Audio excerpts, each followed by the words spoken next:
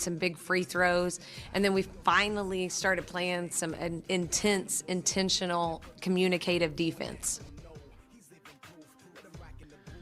Just enough time. That was Kelsey Music as Arkansas finds a way yesterday against Central Arkansas here in Fayetteville, which is where I am today. Justin Acri, your humble servant, getting prepared for the men's version of Central Arkansas and Arkansas tonight. DJ Williams, Christian Weaver, appreciate you joining us today. And we have a lot to get to. Clint Conk's going to join us, I think, a few minutes early today. We've got a lot to dig in on with him as we prepare for the LSU-Arkansas game this week. And there's a lot of news out of Division II football we're going to delve into as well. High school football getting ready for postseason. And Arkansas State, Central Arkansas, UAPB, all that. So, anyway, welcome in. Thanks for being with us. Appreciate you guys. Did anybody watch the game last night? Did you guys get a chance to see that, or were you locked in on Monday Night Football or something else? Watching a little Monday Night Football last night. Yeah, watched a little bit of that, too. Extremely low-scoring affair, you know. Yes, it was. Do you like that or not? I mean, because – one, you got good defense, or was it just poor offense? Just depends, right?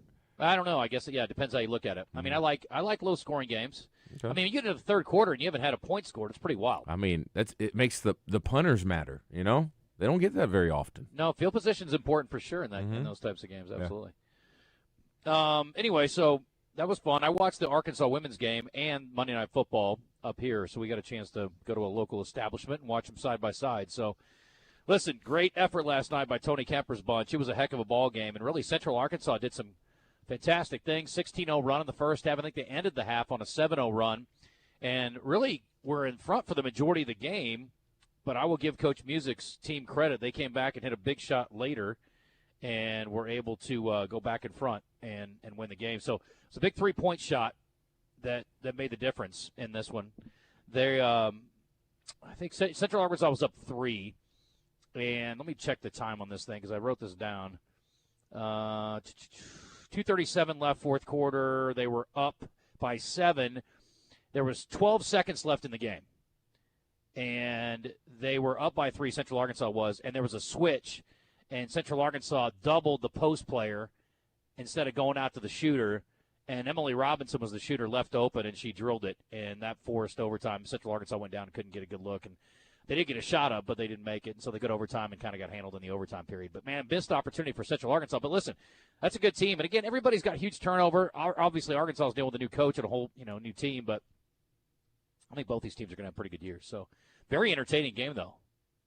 So, sometimes you get not that kind of game when you match up with a mid-major going on the road. And I was very impressed. Central Arkansas did not look nervous, so I'll give Coach Kemper a lot of credit for the effort last night. And for John Shulman's bunch tonight, a much bigger ask against a Arkansas team that is really talented, led by a couple of star freshmen, and probably a little pissed after the weekend at Michigan State and the near miss there. So which Trevin Brazil will show up tonight, Christian, I guess, is one of the questions we will get answered. But this is a good matchup for him, I will say that, because I would say with a lesser competition, I think good Trevin. No offense to Central Arkansas, but I think Trevin will show up. Well, Central Arkansas has got really good guard play. They've got a lot of experience at the guards. They do not have a lot of experience at the post position. So they're going to have some struggles, I think, inside. So I would think Arkansas's big men will have a significant advantage. But I will say the guards that they've got are going to have, their moments tonight. Cam Hunter hasn't gotten off to a very good start since returning to Central Arkansas as far as shooting the basketball, but he's providing great leadership. And after being at Wisconsin for a year, he won't be intimidated, I wouldn't think, by the environment tonight. Javion Guy King's played a bunch, 6'6" guard, so they've got some size in the guard court. And then Rashad Bolden, who's played at Southern Miss, was a star freshman there and played at a Division II school after that, has come on. And he's a guy that has played a lot of basketball. He was the freshman of the year in Conference USA a couple years ago. So I think the guard matchup will be interesting. And at least offensively, they'll put up a good fight, I think, for Thomas and Acuff. They'll have to work a little bit tonight. But, obviously expect them to get there. So that'll be fun. We're going to talk about what's going on at LSU this weekend. I don't know if you guys saw the injury news. It looks like Arkansas is going to get their lineman back this week. But you got DJ. You gave the guys kind of a attaboys, right, on the fill-ins at offensive line last week? Or redshirt freshman Kavion Bouchard filled in at right tackle. They were down to their third string. Now he's been backing up Corey Robinson for the better part of the year. Just didn't get much playing time, but he stepped up, and once he got settled in, he really did show some impressive stuff on tape. Almost impressive enough for Arkansas to be worried about trying to keep him when it comes to other people trying to poach this guy. And we had a true freshman step in at center. His last name's Cash. I can't remember his first name off the top of my head. I thought it was Cash Courtney, wasn't it? Was Cash's first name? Was Cash's first name? Cash. I'm just going to go with that. He stepped in at center, and after he kind of got settled in as well, there was a couple plays where it was just like, whoa, welcome to big boy time. But once he kind of got in his groove, very promising to see. And so the future at the offensive line room, when I kind of talked about it, even though we're going to get departures from Corey Robinson and Carmona for sure, you got a returning group that you got something to build something on. Now, key part there, Justin, is who stays and who goes, Yeah. Who's going to say, hey, coach, I think I had a good one game against Mississippi State last year. I need some more money. I don't know. We'll see what happens. Yeah, Cash Courtney is a freshman from Texas. And, that's the thing. I mean, with the coaching change, I saw, you're going to get decommits and, new guys that they're identifying that maybe, the previous coaching staff wasn't on. So there's a lot of changes to come. And we're still up in the air on obviously what that's going to look like. So I guess nothing's changed since yesterday. Well, right? that's one group I like. I was talking about the potential coaches yesterday, and a guy like Silverfield, who's an offensive line guy. Time in the NFL, coaching assistant offensive line, same thing, moving up. I think if he were to, let's just say, look at the Arkansas job, I would see a lot of those guys potentially sticking around because they like his approach to the game. And then you get into a Silverfield, offensive line guy or run first type of guy. And then you got, another name that's been popping up a lot with Golish. He's going to be a lot like what you see at Tennessee, that RPO, fast, depending on what type of offensive lineman you are. You may like it, you may not like it. And so, this is what is just, I would say, the hardest part for us to try to get a gauge of what to expect next year. You literally have no idea what to expect next year at this point. I sure don't. Coach Petrino spoke yesterday. We're going to get his comments here in a second. We can start with what he had to say about Coach Kelly departing from there. And I don't know if you heard or not, but there is a lawsuit that has been filed. Did you see what happened with this deal? It's a pretty wild thing. Mm-mm. So basically now LSU's coming out and saying that the athletic director didn't have the ability to fire Brian Kelly, and they now are trying to go back and say they're going to fire him for cause. Now, what that cause is, I don't know, but they're trying to avoid paying the $54 million buyout. He's saying, I want every dollar of it. The suit alleges that LSU told his representatives that they didn't have the authority, or Woodward rather, the AD didn't have the authority to fire Coach Kelly and make settlement offers to him.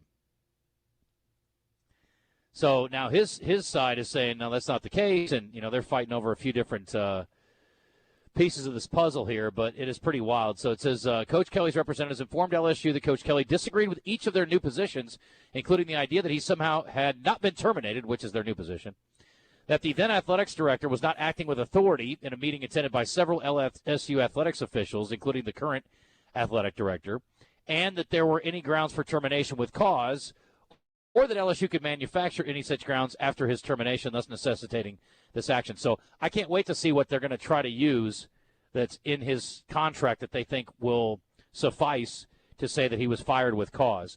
His contract, and according to the story I read here, this is from ESPN, says for-cause termination includes material and substantial rule violations, being convicted of a felony or any crime involving gambling, drugs, or alcohol, or engaging in serious misconduct, which either displays a continual serious disrespect for the mission of LSU or constitutes moral turpitude. Now, this is the first we've heard of him being fired for cause, so I can't wait to see this legal battle play out. Messy. I don't think they have much grounds to stand on. Well, we will find out. I'm sure they think they have something, or they wouldn't do it. Speaking of coaches being fired for cause, yes. I don't know if it was high school or college. Wasn't there a coach recently here in Arkansas that got fired for? Long story short, I need to look at the details and probably better for saying a bad word, a derogatory word. You should probably look at that before you. Okay, all right. That's a pretty random statement. How bad are we talking? I'd make sure your deets are in line before you start spitting it out. I'm pretty. Okay, let me look. I mean, How about a name, a school, a setting? Give me something. I'm asking maybe you can point me in the right direction. Apparently, a coach said the N-word, but he didn't say it in a manner of calling. Coach, are you here? You got me? Coach Conk's here. He has the details. I don't know about details, but, okay. But apparently, I mean, there's obviously a backstory, but apparently there was a coach here in basketball, I believe, here in Arkansas that was using a derogatory word as an example of what not to say. Yeah, he was telling his kids, stop using this word. But I think on more one occasion he was making that point. Okay. About that, and boom. Man, you just don't tread on those waters, right? I mean, what's the story? I mean, what are we doing? That's all. I was asking you if you heard about this because you just talked about fired for cause, and somebody was talking about this yesterday, and I was curious if you heard it because I wanted to get more information from you. So I'm assuming you don't have it. Okay, boom, there we go. I've not seen it reported. It was the Conway basketball coach. Okay, there we go. I've not seen that reported anywhere. Back to Brian Kelly, if we may. Here's Coach Petrino on the differences in LSU without him because that's really what matters. I like seeing them, try to figure things out down there and have to deal with a lawsuit, which is distracting and kind of fun for us because it's not Arkansas's lawsuit in this case. But it won't really make a huge difference, obviously, the lawsuit in the outcome of the game this weekend. Brian Kelly not being there will certainly impact the game. Here's Coach Petrino's thoughts on what the differences will be without him there. Yeah, I mean, it's hard to really – is there a lot of changes or not. Defensively, they were much more aggressive, it seemed like. They had brought a lot of pressure, brought a lot of blitz zero and third down situations. Did a good job defending Alabama's offense, and they got good players, and they came after them and were really aggressive. That seemed to be a little bit of a different look than what they have been doing. Offensively, seemed very similar. Seemed like they're still, in their minds want to throw the ball first and run the ball second, and played both quarterbacks, so that was a little bit different. We're familiar with both of them, obviously, from last year. Have a lot of respect for Nussmeier and the way he's played throughout his career. Hasn't had the type of year that he thought he would have, but he's still a really good player. And then we'll have to be ready for both of them. We have lined up the play-by-play voice of the LSU Tigers later in the week because the question mark at quarterback is certainly a big one, and they basically benched him the other night. We were talking about that yesterday, and so I'm curious to see what they decide to do at quarterback, and maybe we'll get some insight on that in the next couple of days. Let's take a break. We'll officially introduce Coach Conk and thank his sponsor on the other side of the break. We got a lot to dig in on with the Arkansas-LSU game, all the things going on in Division I football. Lots of interesting storylines in Division II football as well as we get down to the nitty-gritty on who's in, who's out in a new 32-team playoff. And high school football, which we are certainly looking forward to with postseason coming up. So stick around. We'll get to that after the break.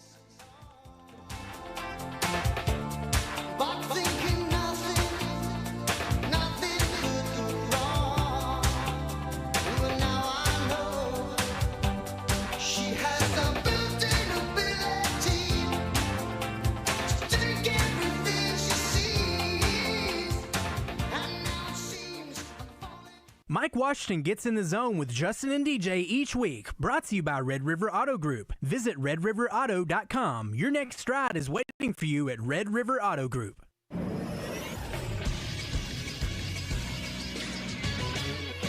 This is Sports Center. Just 17 total points last night in Monday Night Football as the Eagles get to 7-2 with a 10-7 victory over the Green Bay Packers. Once again, they're now 7-2 overall, 4-1 away from home. The Packers are 5-3-1. They suffered back-to-back losses at Lambeau Field for the first time since 2018. More football coming your way tonight in the Mid-American Conference. There's two games as Tuesday night Maction rolls on at 6:30 on ESPNU. It's Kent State at 3-6 overall against Akron, who's 4-6 overall. And then at 7 o'clock on ESPN2, it's a big one as Ohio visits Western Michigan. Both those teams are tied atop the MAC at 4-1 overall. And tonight, the new college football playoff rankings will come out at 6 o'clock. You can catch it on ESPN. I'm Josh Neighbors for the Buzz Radio Network.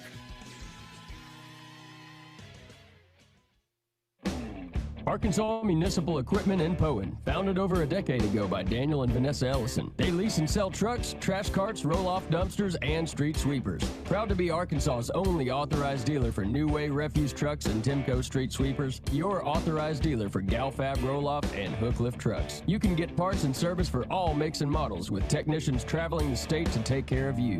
AME, it's the service after the sale. Hi, I'm Dylan with Energy Arkansas, and I'm a customer too.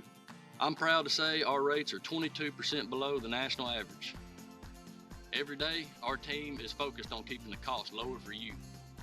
We take affordability personally because this is our home too, so we work harder and smarter to fight rising costs while also improving reliability for years to come.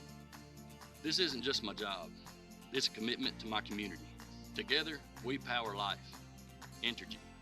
Looking for your next ride? Come on down to Hubbard Power Sports, your local, family-owned Can-Am and Sea-Doo dealer. We've got the latest and greatest Can-Am ATVs, side-by-sides, and spiders to power your weekend fun. And right now, get up to $3,500 off in rebates, plus in-store discounts, or financing as low as 0.99% on select models. Whether you're hitting the trails, working the land, or cruising in style, we've got what you never even knew you needed. On the road, on the water, or in the trails, we've got the ride for you. College football is all about finding that next generation of stars, fresh talent, big plays, new energy every season. That's the same approach behind Flight by Yuengling. It's brewed by the oldest brewery in America, but built for today. Just 2.6 carbs and 95 calories with real beer flavor that keeps up from kickoff to the post-game recap. So whether you're tailgating or celebrating a big win, make Flight your go-to. Flight by Yuengling, the next generation of light beer. DG Yuengling and Son, Pottsville, PA.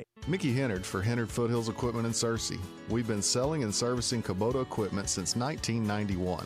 Family owned and operated for over 30 years, we pride ourselves in an honest sales experience and unmatched service after the sale. We carry Kubota tractors, mowers, construction, and hay equipment. If you allow us to be your Kubota dealer of choice, we promise not to let you down. Come see us on Main Street in Searcy. Hennard Foothills Equipment, we're your hometown Kubota dealer no matter where you live. You're listening to The Zone with Justin Acri and DJ Williams. You like what you hear? Well, check out our video stream on YouTube, Facebook, Twitter, and Twitch. It's time for the Natural State Football Report with Clint Conk. Taking a closer look at football across the great state of Arkansas with the winningest coach in UCA history. The Natural State Football Report is brought to you by Farm Brothers Flying Service. For the past decade, they've been providing crop dusting services to the farmers of southeast Arkansas, and they can help you too. Now, let's toss around the pigskin in the zone with Coach. All right, officially, we welcome in Clint Conk, who is embracing No Shave November. How are you, Coach? Oh, nice. Very gray, very gray. I know that's the reason I don't grow mine out anymore. I think I'm a little vain, only a little bit, but just enough. Yes, I've totally embraced the Santa Claus look. I think once I get my first grandkid, I'm gonna completely give up. I may just paint everything. Wait till you have 8, brother. Did you ever dye at 8. one point? Did you ever try? Heck no. Okay. No, I'm not that vain. I don't know. Do it. I got my gray starting right here on the edge. Yeah, I see it. You see Yeah, it? I see I it. kind of Yeah. like it. A little salt and pepper. I like Well, it. Yeah. You work with me another year, DJ. You'll be all gray, buddy. Okay. It makes you look distinguished, brother. Okay, thank you. Yeah. All right, well, let's talk about Arkansas coach and the LSU game pending here. 2 interim coaches going at it, which, I mean, we're going to end up with about 20 of these all interim, all the time matchups in the SEC this year because of the situation going on. But and wait a minute, did you see where the Oregon State interim coach got fired and is now replaced by an interim coach? Oh, no. Yes, because they lost to Sam Houston.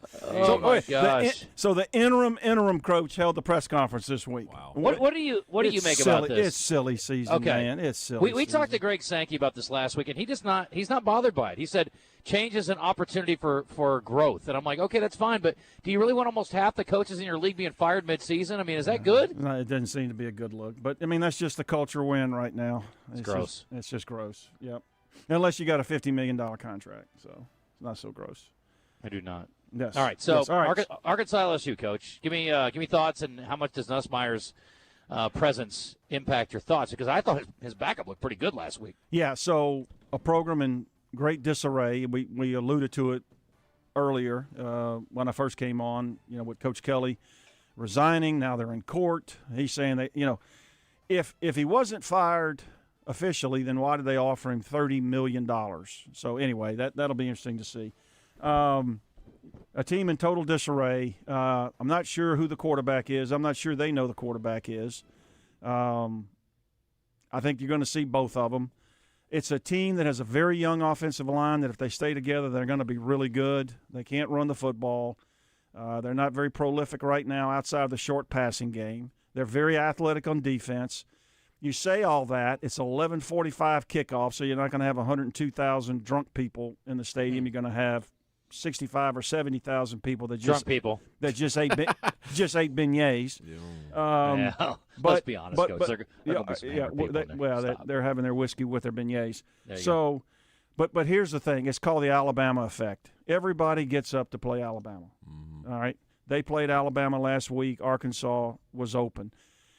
Why does that game matter? Because it's such an emotional, physical football game. I don't care which team plays them the week before. You're physically hurting till about Wednesday or Thursday. And, DJ, you may be able to speak to that. It's just always a very physical, emotional game, and it is for LSU, and it was cool. I think that goes in Arkansas's favor. And I think they need to come out fast, score early, put some pressure on LSU, play sound in the kicking game, and I'm not sure that the culture down there is you're going to see LSU play hard for 4 quarters if Arkansas is able to jump out early. So I think this is probably of the 3, and it's on the road, maybe the best one, the best chance to get one is here down in Baton Rouge, and that's crazy to say, but they're in disarray down there. Yeah. Total disarray. I'll be curious to see what the environment's like for Missouri, Coach, because they're on their 3rd quarterback, and he was absolutely god-awful last week. By the way, speaking of that, I take back what I said. Michael Van Buren's numbers against Alabama were atrocious, too. He looks the part, though. I thought he was moving around pretty well, but you go back and look at the numbers. He was 5 of 11 for 52 yards. But that's the difference between him and Nussmeier is that he can escape, he can move the platform, he can extend plays, and that always puts pressure on the defense.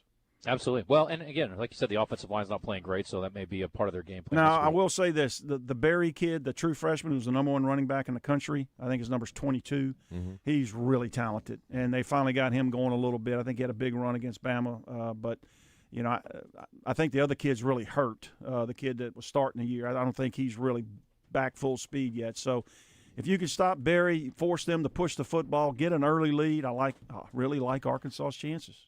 Yeah, we did ask about Durham too when we get Durham. LSU's I don't think he's 100% yet. Okay, he's still playing a little gimpy to me. Yeah, that was our question today. How many games, or do you think they win another game? And you think LSU's their best shot? Obviously, going to Texas is not great the way they seemingly are figuring it out a little bit offensively. Yeah, they're playing pretty good at the right time of the year. Yeah. And then Missouri, you can say all you want, but you're 1-9 against Missouri in the last 10 years, or something like that. I think is correct. Well, if Arkansas is healthy, or at least as healthy as they are now, assuming that Taylon Green's okay, and I haven't heard an update on him. Petrino said he's practiced all week. So yeah, well, that's what they told us about Coach David Sorey for the first part of the year too, and apparently he was hurt the whole time.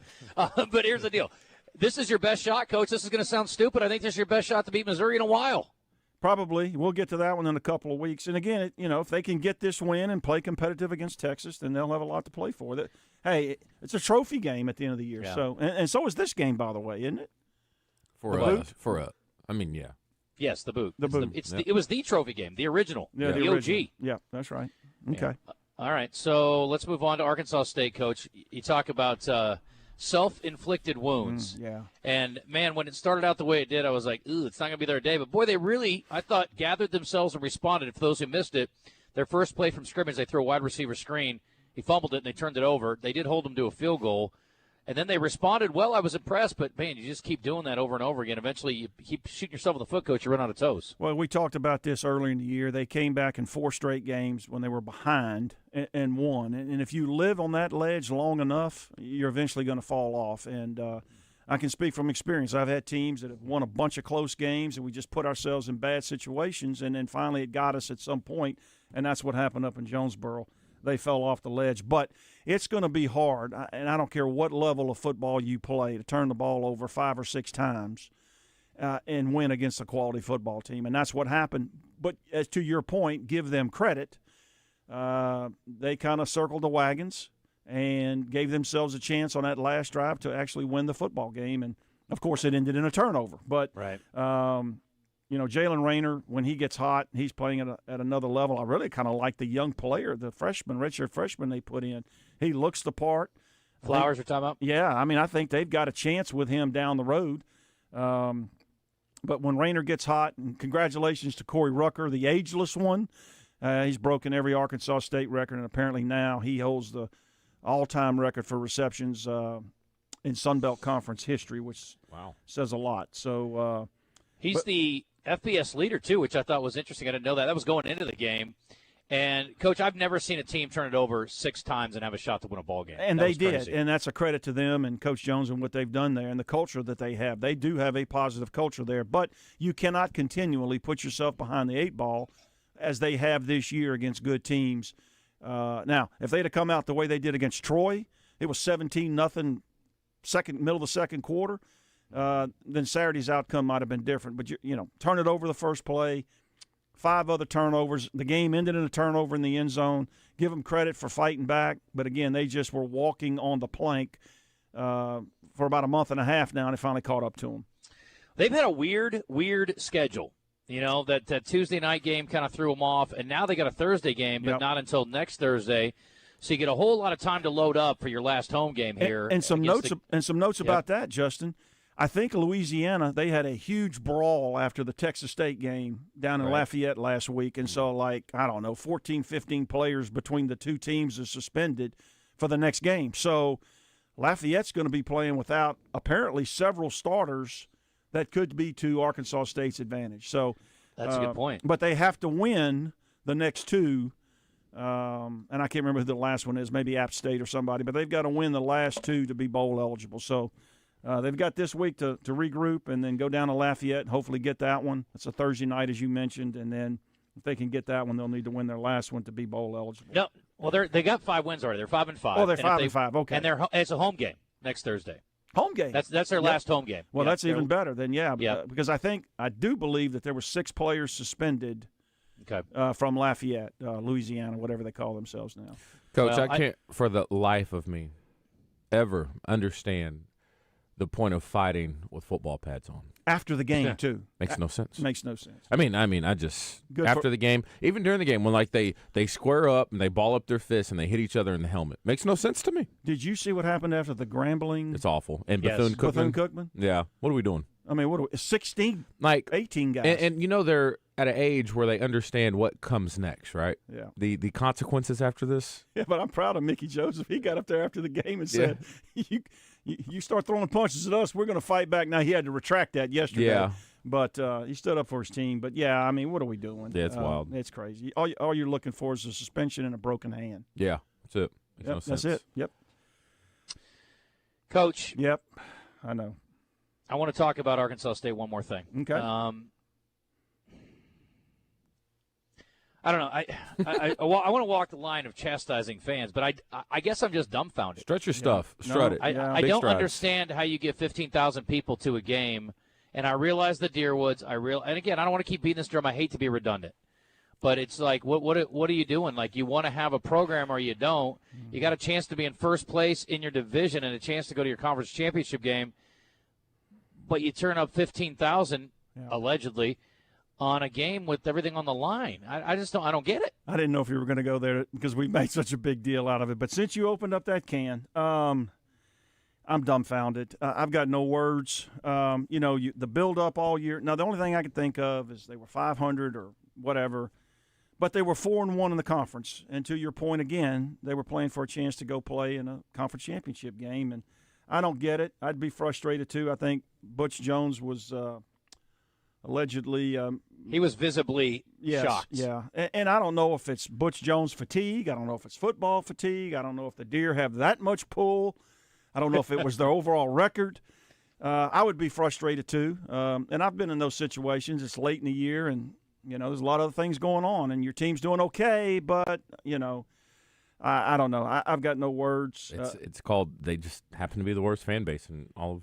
They're very loud. Arkansas. I hate to say it. I mean, they're very loud. Do you? Yes. Do you hate to say it 2 days in a row? He hates it so much. And look, I've got friends. I've got friends that are A-State fans, Yeah. and I mean, I don't get it. But You know what? And A-State fans are going to say, look how bad Arkansas is playing this. Fine. But as our fans still show up to the games. I know that. There are years where they didn't, but they definitely have this year. I'm Chad impressed. Morris don't count. Speaking of attendance, I am very curious to see how many people show up in Baton Rouge.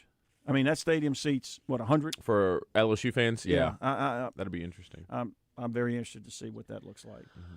All right, Coach, let's move on. Central Arkansas, rather, tough loss last weekend, a 3-point loss on the road against Austin Peay. And, you talk about some mistakes. This is the first time all year they actually were even with their opponents on turnovers, 2 apiece.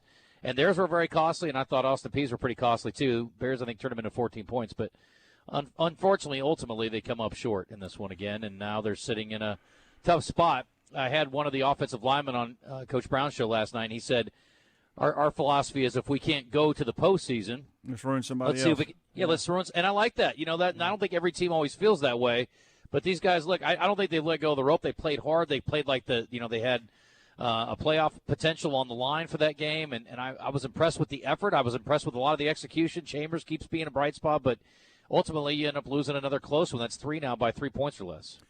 Statistically, everything was pretty even except one major statistic, and it was time of possession. And Austin Peay had a 13-minute advantage, I believe, in that. But you were there, Justin. I mean, it was a game of runs. Yep. Early, first play of the game, it was a double move for a touchdown, and UCA jumped out and had a nice lead. In the second quarter, I think it was 24-0 run for Austin Peay, and in the third quarter was a 17-0 run for UCA.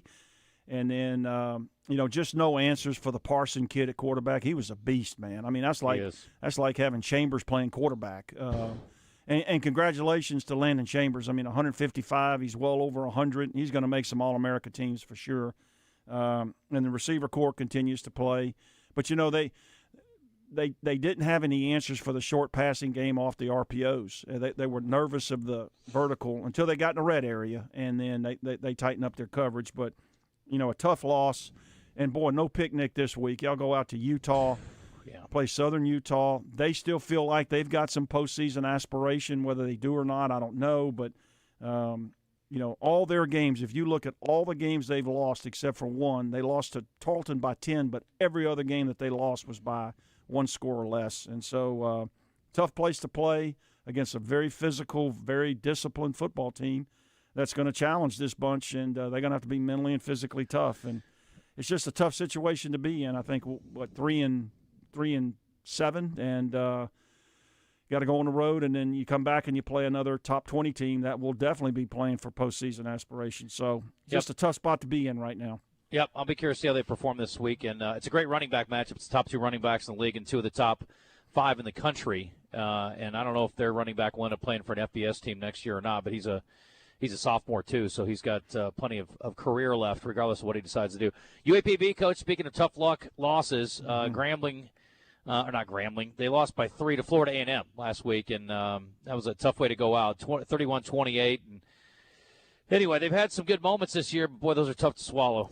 Well, you mentioned Grambling. They lose by 4 at home to Grambling. They lose by 3 to home to FAMU. They can find a way to make one more play and get over the hump in those games, and we're probably talking about, a really quality season, down the bluff down there. But, man, it gets no easier. Prairie View's playing really good. They got to go on the road, tough environment. They got to pick up the pieces here, if they want to finish the season strong. But those 2, close home losses will probably be something they'll go back and look at and say really could have made a difference in our season. All right, let's move to Division II, then we'll take the break, come back, and spend the last segment on high school.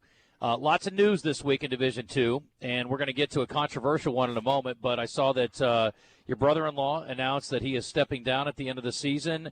Harding continues to roll. Looks like it's going to be a one-team playoff team out of the or one playoff team out of the GAC, I guess, this year, and then the Henderson State and Ouachita Baptist teams lose out on game day. They did make a decent choice, I guess, for the game. It's arguable, but anyway, so a lot of news, I guess, out of the GAC this week and Division II football generally. Yeah, Harding continues to hold serve, and they're poised themselves to be probably a number 1 or number 2 seed in the country, definitely a number 1 seed in their region.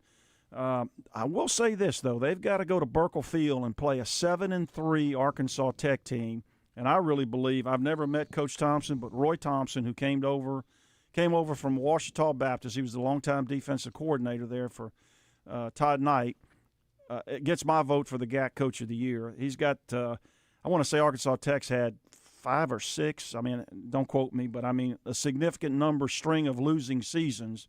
Complete turnaround in Russellville. I don't think they get Harding, but I think they'll play inspired football. This game could be closer than the experts think. I do think Harding gets it in the end. With that said, too, you've got the Battle of the Ravine, the 98th or 99th version of that. The only game in the country where the visiting team dresses in their home locker room and walks across the street to warm up and play a football game. Pretty incredible. That's pretty cool. It's pretty cool. Mm-hmm. And, of course, I'm out of town this weekend. It seems like I'm always out of town for this game. But Deerwoods? Where you going? No. Just kidding. One-year-old birthday party. I get it. One-year-old birthday party. So, and priorities, my man. I get it. That's right. Coach, what do you think? Where does UAM turn for a coach? What do they look for? I don't know. It's a tough job. Hub's there for a long time. Decided to step aside. There'll be a new coach there for the first time in 15 years. I'm not sure where they go. That's for the Pirates to be. Lance Gassaway, All-American Hall of Fame football player, could probably give us some insight on that in the next coming weeks. But certainly there'll be a change down there, and And again, no shot at Coach Jackson or UAM, but every program in the last since UCA moved up out of that quote unquote league to Division I has had their moments, and UAM has not been able to get over that hump, and so new leadership probably justified, and I think Coach Jackson will stay on as athletic director and has done a great job in that role from what I understand. So. But there will be a new leader, and they've got a big game this week, though, to finish the season. The Battle of the Timberlands, I guess, is a trophy involved with that when they play Southern Arkansas. Southern Arkansas, Justin, is still ranked 10th in their region. Now, a lot of stupid stuff would have to happen, but they take 32 teams, right? Right. There you go. Yeah. There you go. Yeah. 32 this year. It's a new deal, so they've always done 28. They're moving up to 32 this year. It's all regional based, for those who don't know. Yep. And there are a lot of teams like Southern Arkansas that are on the cusp and hoping for things to fall their way. They're sitting at 7-3, so they are. And there is another team that's on the cusp, but I think we want to talk about Delta State. I'm going to get right to that. Yeah. All right, let's go. But Southern Arkansas is the only team that's in the GAC region. That's, yep. Yeah, in the region. But a lot of crazy things would have to happen for them to move up 2 spots. So let me set the table here. Delta State, they are led by Todd Cooley, who's an Arkansas native and a former Clint Conk assistant up at UCA. He's a very intense head coach, although his hair, like yours, Coach, is great over the years, and I'm sure he's still got a lot of that tenacity. He's done a fine job over there. He's been the head coach of the Statesman for a long time now. How long has he been over there now? About 10 or 12 years, I think. So they are currently 8th in Super Region 2. They are 7-3. They are 1 spot behind Kentucky State, 8-1, and they were scheduled to play Kentucky State this weekend. Kentucky State has decided to pull out of the game, even though there's a contract for the game that was signed over the summer, and they're going to play shorter. Now, no shade at shorter, but they've got 2 wins this season, so Kentucky State realizes that's a much easier path to get their 9th win in 10 games. So for Delta State, they are going to end up with 10 games on the season and keep their fingers crossed. It's a crazy move to me by Kentucky State, a very brash move by Kentucky State, just basically thumbing their nose at a contract that exists. I don't know if the NCAA can do anything about it, but if I'm a voter, I'm definitely going to say something about it in the way that I vote next week, and they are going to get a knock for it, down to 8th at best and maybe worse. But I don't know what they're doing or why they think this is okay. But let's get this clip in from Todd Cooley, and Coach will let you comment. What I really want to do is get back out and play another game. And, you bounce around and you're sitting here and you got Kentucky State, who signed a contract to play us July the 14th. They're supposed to be coming to Cleveland this weekend to play us, and they are not. They are playing shorter because they're telling us that they've got an agreement to play the third-place team in Conference Carolinas. Well, Shorter is not the third-place team in Conference Carolinas. So basically it's just a deal for them to play an extra game. But here we are, 2 teams in the regional rankings, and we've got a chance to clear some stuff up this weekend and finish it where it's supposed to be finished on the field. And you got a team that's not wanting to play. So it's baffling to me. It's setting a precedent that should not be set. I'll be curious to see what happens here. It is really weird to me. And again, just think about it. I don't care if it's week 10 or week 2. Think about if Arkansas has got an FCS opponent or even a mid-major FBS, but let's just say Memphis, for example. And Memphis goes, you know what, Arkansas?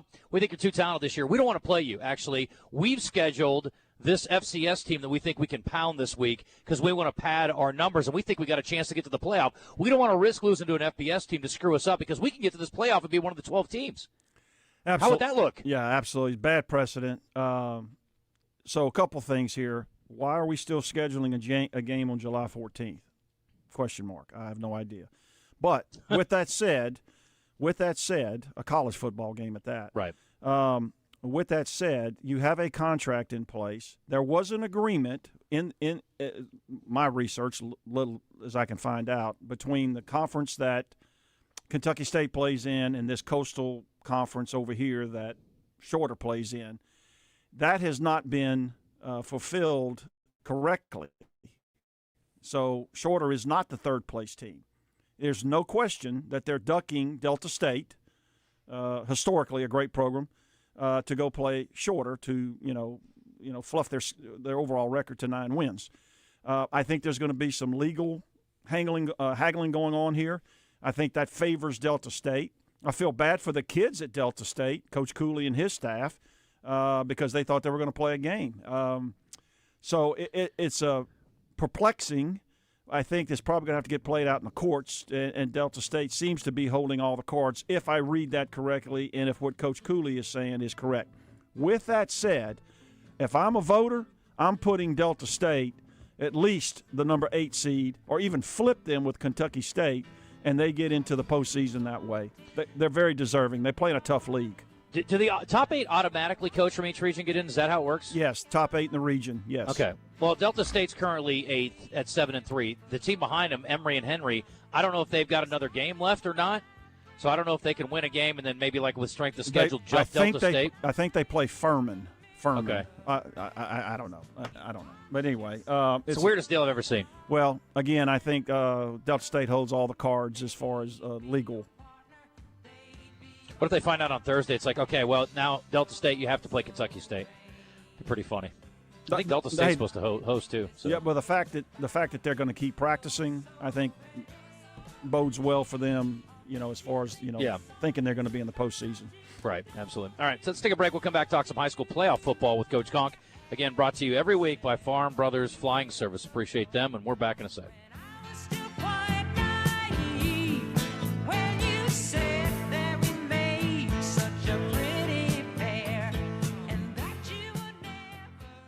I'm Dr. Lowry Barnes. When it comes to orthopedic care, there's no place like the Orthopedic and Spine Hospital at UAMS Health. We built this hospital just for you, with state-of-the-art surgical suites, advanced technology, and the state's largest group of fellowship-trained orthopedic surgeons. It's the best place in Arkansas to get you moving again. And if you need urgent orthopedic care, UAMS Ortho Now is right here for you at the Orthopedic and Spine Hospital at UAMS Health, where motion lives and service leads. Founded by the dynamic music duo Cliff and Susan Prowse, Big Red Dog Productions, your gateway to music excellence, offering music production, artist development, with a proven track record of award-winning events. From recording the songs you've written to learning how to book and play crowd-engaging shows, their Entertainers Academy can ignite your music career. Visit BigRedDogProductions.com. Your path to a full-time music career awaits. It's a tough time. Injured, and it was not your fault. Hurts in the pocketbook, too. Who do you turn to? Don't call a lawyer and find they're out of state or talk with someone at a call center. Call us at the Brad Hendricks Law Firm and talk to a real Arkansas lawyer directly. And remember, the only place that success comes before work is in the dictionary. We'll work hard for you. Have for over 30 years. The Brad Hendricks Law Firm. Tradition, reputation, results. Superstars Joe Klein and Pat Bradley for Arkansas's #1 sports app, Bet Saracen. Joe, you know the main difference between Bet Saracen and those other guys? Definitely. Easier to navigate. Always good parlays. Plus lots of fun choices. Like ping pong. Right there on the app. But the real difference are those special promos. Brand new players get a 100% profit boost just for downloading the Bet Saracen app. Gambling problem? Call 800-GAMBLER. Looking to upgrade your home without breaking the bank? Go to The Warehouse, 2011 North 2nd Street in Cabot, Arkansas's trusted source for quality flooring, including SPC vinyl waterproof flooring starting at $139 a square foot, tile starting at 59 cents a square foot, next-gen waterproof hardwood, and many other building materials at unbeatable prices. Contractor, home builder, or DIYer, we've got what you need, in stock and ready to go. Go see the Flooring King, The Warehouse, and Natural State Wholesale, building better naturally. Hey, what's going on, everybody? I'm Wes Moore. Coming up Tuesday on Out of Bounds, we get the show started with Fernando Carmona. He joins us at 1:06. Then Clint Sterner at 1:30. And Coach Z, Matt Zimmerman, joins us at 2:10. We'll talk a little Arkansas UCA basketball with him and also get his thoughts about the Michigan State game. It's going to be a big Tuesday, recapping Monday Night Football and looking at the high school football playoffs. Join us Tuesday for Out of Bounds. Welcome back to The Zone. You want to get into the show? Text us on our text line at 501-661-1037 or message us on our live fan feedback. Continuing our discussion of football, the Natural State Football Report, continuing with Clint Conk here in the studio, brought to you by Farm Brothers Flying Service. Coach, 1 million storylines for high school postseason football. Let's get to it. Dive in as you please. Well, last week, DJ, if you would have given me a little bit more heads up, I would have gone to Conway. That would have been fun. and helped you out. Yeah. Congratulations to Quad Sanders, though. Yeah. He tore his Achilles? Yeah, he was playing pickup basketball and tore his Achilles, and he's out there in a boot rolling around doing his thing. Yeah. Coach. Yeah. Yeah. Well, come on. Yeah. When I was about 23, last pickup game I played, I broke my nose and not playing anymore. So there you go. But no, big-time game there at John McConnell Stadium, and congratulations to Bryant. But, boy, Conway had their chances there now, and I thought it was a great game plan. They played keep away, a couple special teams plays, turnovers, worked in both. I mean, it was just a great game. The Greenbrier-Valonia game was just I watched the end of that game. It was just bizarre. Valonia had the game won, and they had a third and fourth down situation pretty deep in the Greenbrier. And if they just get the first down or if they run the clock down and turn the ball over anyway, Greenbrier hits a long pass for a touchdown, literally with a couple of seconds left on the game to preserve their undefeated season. But a couple of exciting games last week. This week, high school playoffs start. Got a bunch of good games. Locally, the two games that I kind of got my eye on is Lakeside at Searcy. Lakeside has had a great season. Searcy's had a great season. Lakeside's pretty good. Now, I know Searcy's 9-1, but this is one that Searcy better be careful of because Lakeside's got a very talented football team, and they need to be aware of that. And then Sheridan goes up to Mountain Home. Mountain Home's had an extremely good year. They lost to Greenwood for their conference championship, but Sheridan can score a bunch of points. Coach Kelly can do that. The question is, can he get enough stops to pull the upset up at Mountain Home and beat the Bombers? So those are a couple of games that I've got my eyes on. You know, as far as looking down the road and prognosticating outcomes, I think Bryant still needs to be the favorite in 7A. Greenwood, no doubt, in 6A. Who's going to beat Joe T in 5A? I'm not sure anybody can. I do have kind of a surprise pick in 4A. Stuttgart has quietly put together a 10-0 season, and always very talented. Seems that everything's on the rails down there. Sometimes it gets off the rails a little bit, off the field things and suspensions and kids quit and that kind of thing. But yeah, it looks like they've kind of going in the right direction. Hey, Coach, how about 7-3 Lakeside going to Searcy? That's what I talked about. Yeah. Oh, I guess I was spaced out. Yeah, there. that's the one I'm. Sorry, I was looking through all the brackets. Yeah. That's a big one.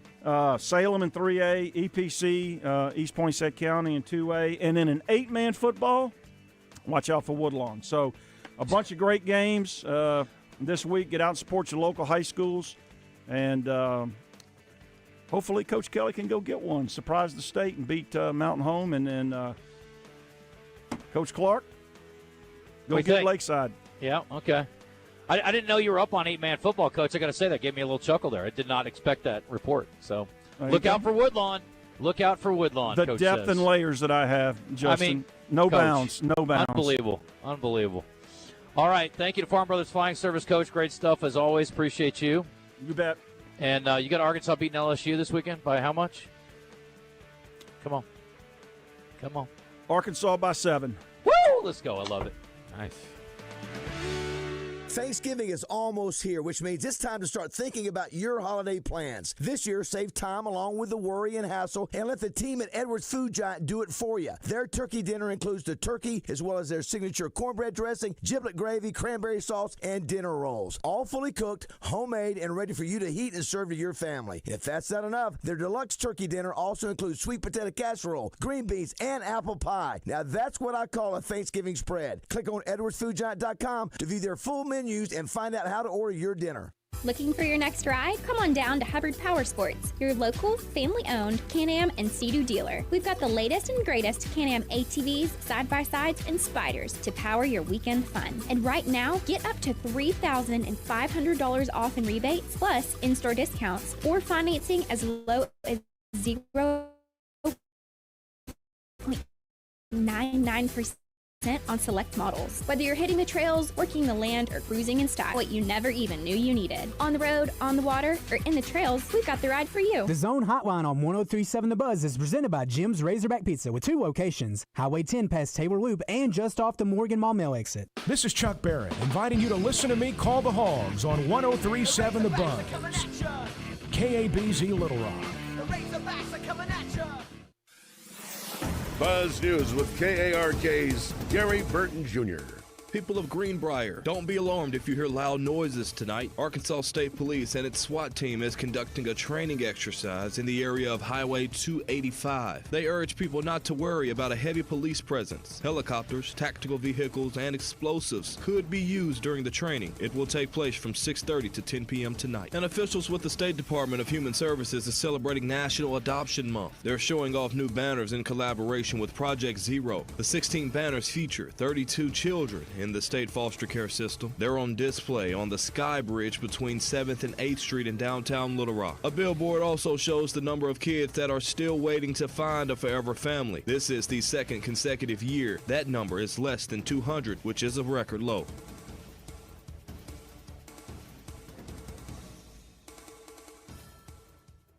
If you don't already have the Bet Saracen Sports Wager app, download it today from the app stores or go to BetSaracen.com. Bet Saracen is Arkansas's favorite sports betting app. Weather from the Fletcher Weather Center with KARK's Pat Walker. Mostly sunny today and windy. That wind out of the south-southwest, 15 to 25 miles per hour, will start to warm it back up. We'll get to 61 today. Tonight, we'll only fall to 43. Then tomorrow, a mostly sunny day, up to 70. For the Buzz Radio Network, I'm meteorologist Pat Walker.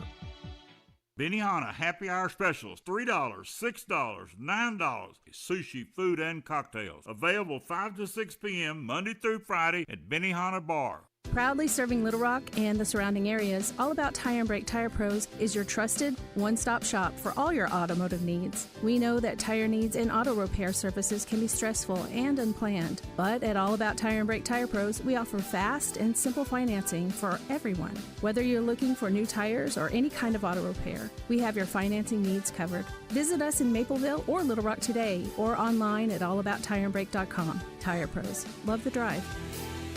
Welcome to Moe's. Everyone knows that coming into Moe's for our Mo Monday special is the best deal in burritos. But what about those other 6 days? Well, let me introduce the new Mo Value Meal. Junior burrito, side of queso, chips, salsa, and a fountain drink for only $9.99. And the best part? It's available all day, every day at Moe's Southwest Grill. Now here's my daughter Andy Kate with a special reminder. Remember, kids eat free on Sundays.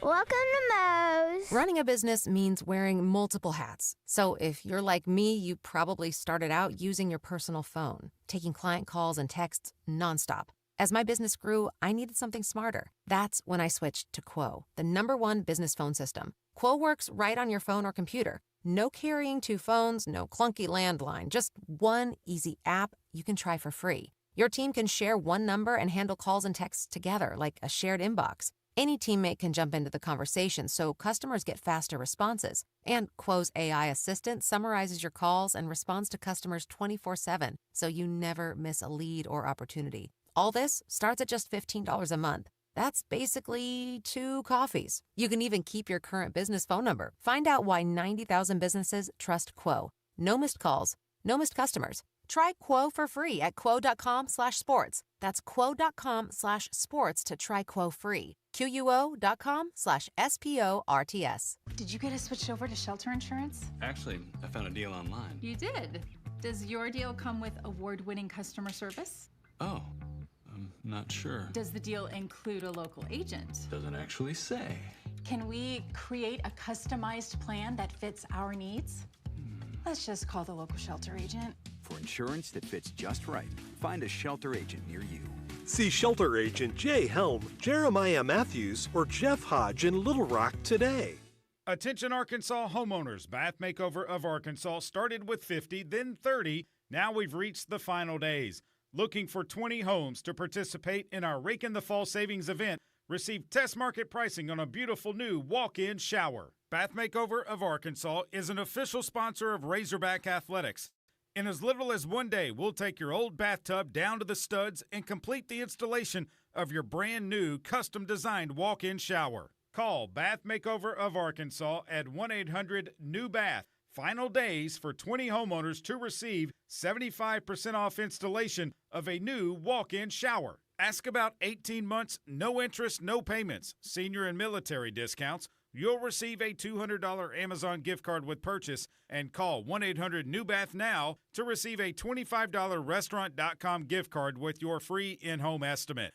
Call 1-800-NEW-BATH. That's 1-800-NEWBATH. Stop and shop at our Conway and Little Rock showrooms. That's Hawks Homes, has been serving Central Arkansas since 1986. Is Arkansas's #1 sales dealer. Volume purchasing power enables us to offer our customers the best prices on the highest quality homes. See the world's largest double-wide and single-wide homes, triple-wide homes, and even a quad. You dream it, and we'll build it for you. We're the only manufacturer and modular dealer that can build your custom home from your plans. Check them out online at hawkshomes.net. Ray Tucker with good news for enthusiasts of Triumph motorcycles. Honda of North Little Rock now carries the legendary classics and cutting-edge rides. We have the Bonneville Bobber, Daytona 600, the TF450X, the Stunning Elvis Presley Edition, and the Rocket 3 Evel Knievel. You get the idea. Come see us at Honda of North Little Rock, your family fun headquarters.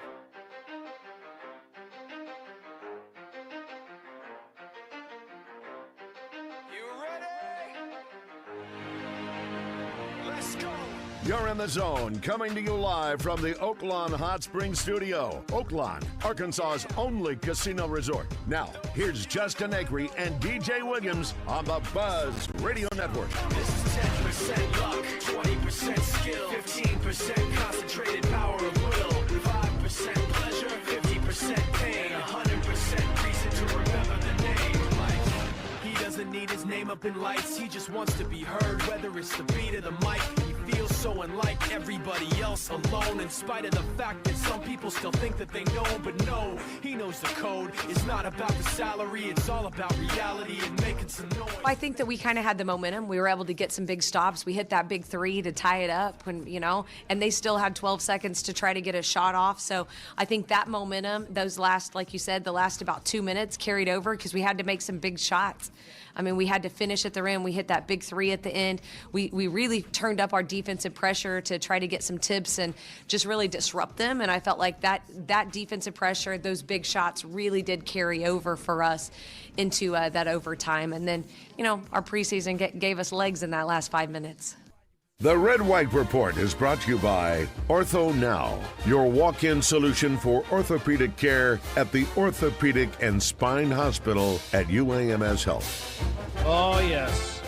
That is Kelsey music after Central Arkansas falls to Arkansas in Fayetteville last night. Heck of a ball game, and Central Arkansas had their chances. Arkansas improves to 3-0. They were down by 7 with 2:37 left, down by 3 with 12 seconds left until Emily Robinson hit a corner three-pointer to tie the game up. Central Arkansas could not convert on its last regular possession in regulation there. And then Arkansas outscored UCA 15-3 in the overtime period.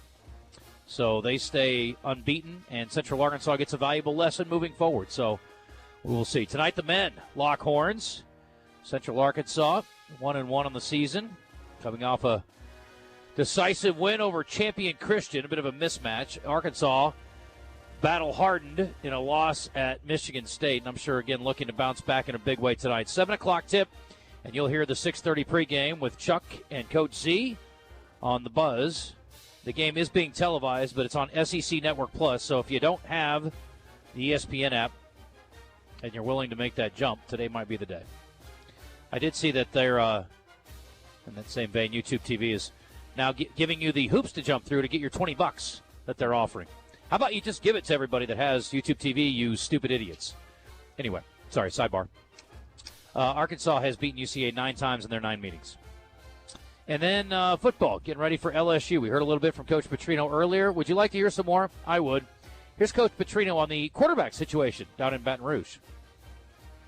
Yeah, I mean, they both can really throw the ball. And we played against Van Buren last year, and he played well against us and did a good job. He's probably quicker to leave the pocket, quicker athletically leaving the pocket to get yards. Not that Nussmeier can't run, because Nussmeier's done a really good job throughout his career running and getting yards too. Van Buren just has a little bit more suddenness and quickness to him. But I'll bet they'll be non-committal the whole week probably and make us prepare for both of them. I imagine they will be, Coach. That's probably a little gamesmanship. Can't fault them for that. Arkansas has had plenty of issues, certainly on the defensive side. Quincy Rhodes has been a bright spot. Coach talked about him a little bit on yesterday in his media opportunity. Quincy was always like this big, talented guy that was young and inexperienced, and now he's playing completely different. Now he's playing like an experienced player. He's playing with a lot of confidence and speed. It's amazing how much when you really understand and know your position and know what the other side of the ball is doing, how much faster you play. And he didn't get faster, physically, maybe a little bit in the summertime, in his quickness, but because he knows the game, he's playing faster and playing quicker and being a force out there. Okay. There you go. I don't think I'm missing anything. You guys got anything else you want to chime in on? DJ, any thoughts on the week here? Tuesday at 11:10 in the afternoon, or in the morning, rather? I mean, nothing really new. Same old, slow week in football. I am curious, though, how do you think Kelsey Music's going to play out this year? Is the rough days ahead? I got to think there'll be some growing pains. The SEC is a really hard league to win in, so. Yeah.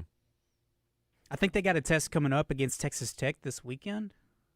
Okay. If I remember correctly. So, it'll be a step up in competition soon, I'm sure. By the way, just got a note here 4 minutes ago from the University of Arkansas. Freshman Bonnie Dees has been named the SEC Freshman of the Week after putting up big numbers. She's very, very talented. And the thing I liked about her last night is when they were in the middle of the turmoil with Central Arkansas, she kind of pulled the team together as a freshman and was kind of talking them up a little bit. So I like to see that. She's going to be a leader for them. And she's played a ton of international basketball, I think, too. But she's really talented, very, very good player, and well mature beyond her years, I think. So good to have her on the roster. But, yeah, I mean, I think they're going to go through their growing pains. Jenna Lawrence is obviously exciting. In-state player, got some height, and she can shoot it. So she's got some good pieces. But, yeah, I mean, it's going to take some time, I would imagine. Let's see here. Oh, also, speaking of Quincy Rhodes, he's been named a Bednarik Award semifinalist. 20 of them in the nation, so that's pretty cool. Nice. Leads the Hogs with 14 tackles for loss and 8 sacks through 9 games. Pretty good season. So that's probably why Coach was talking about him, because of the performance so far. So there you go. I did want to reference this yesterday. We had on Coach Lucas, Anthony Lucas, at Mondre Hill.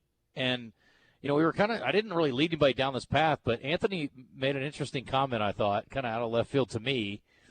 But I know David was banging the drum yesterday at the Touchdown Club about apparently there are some trophies, awards, whatever, that have been put away for some reason. Why they wouldn't be displayed somewhere, I don't know. But, it was kind of pandering a little bit to the fan base.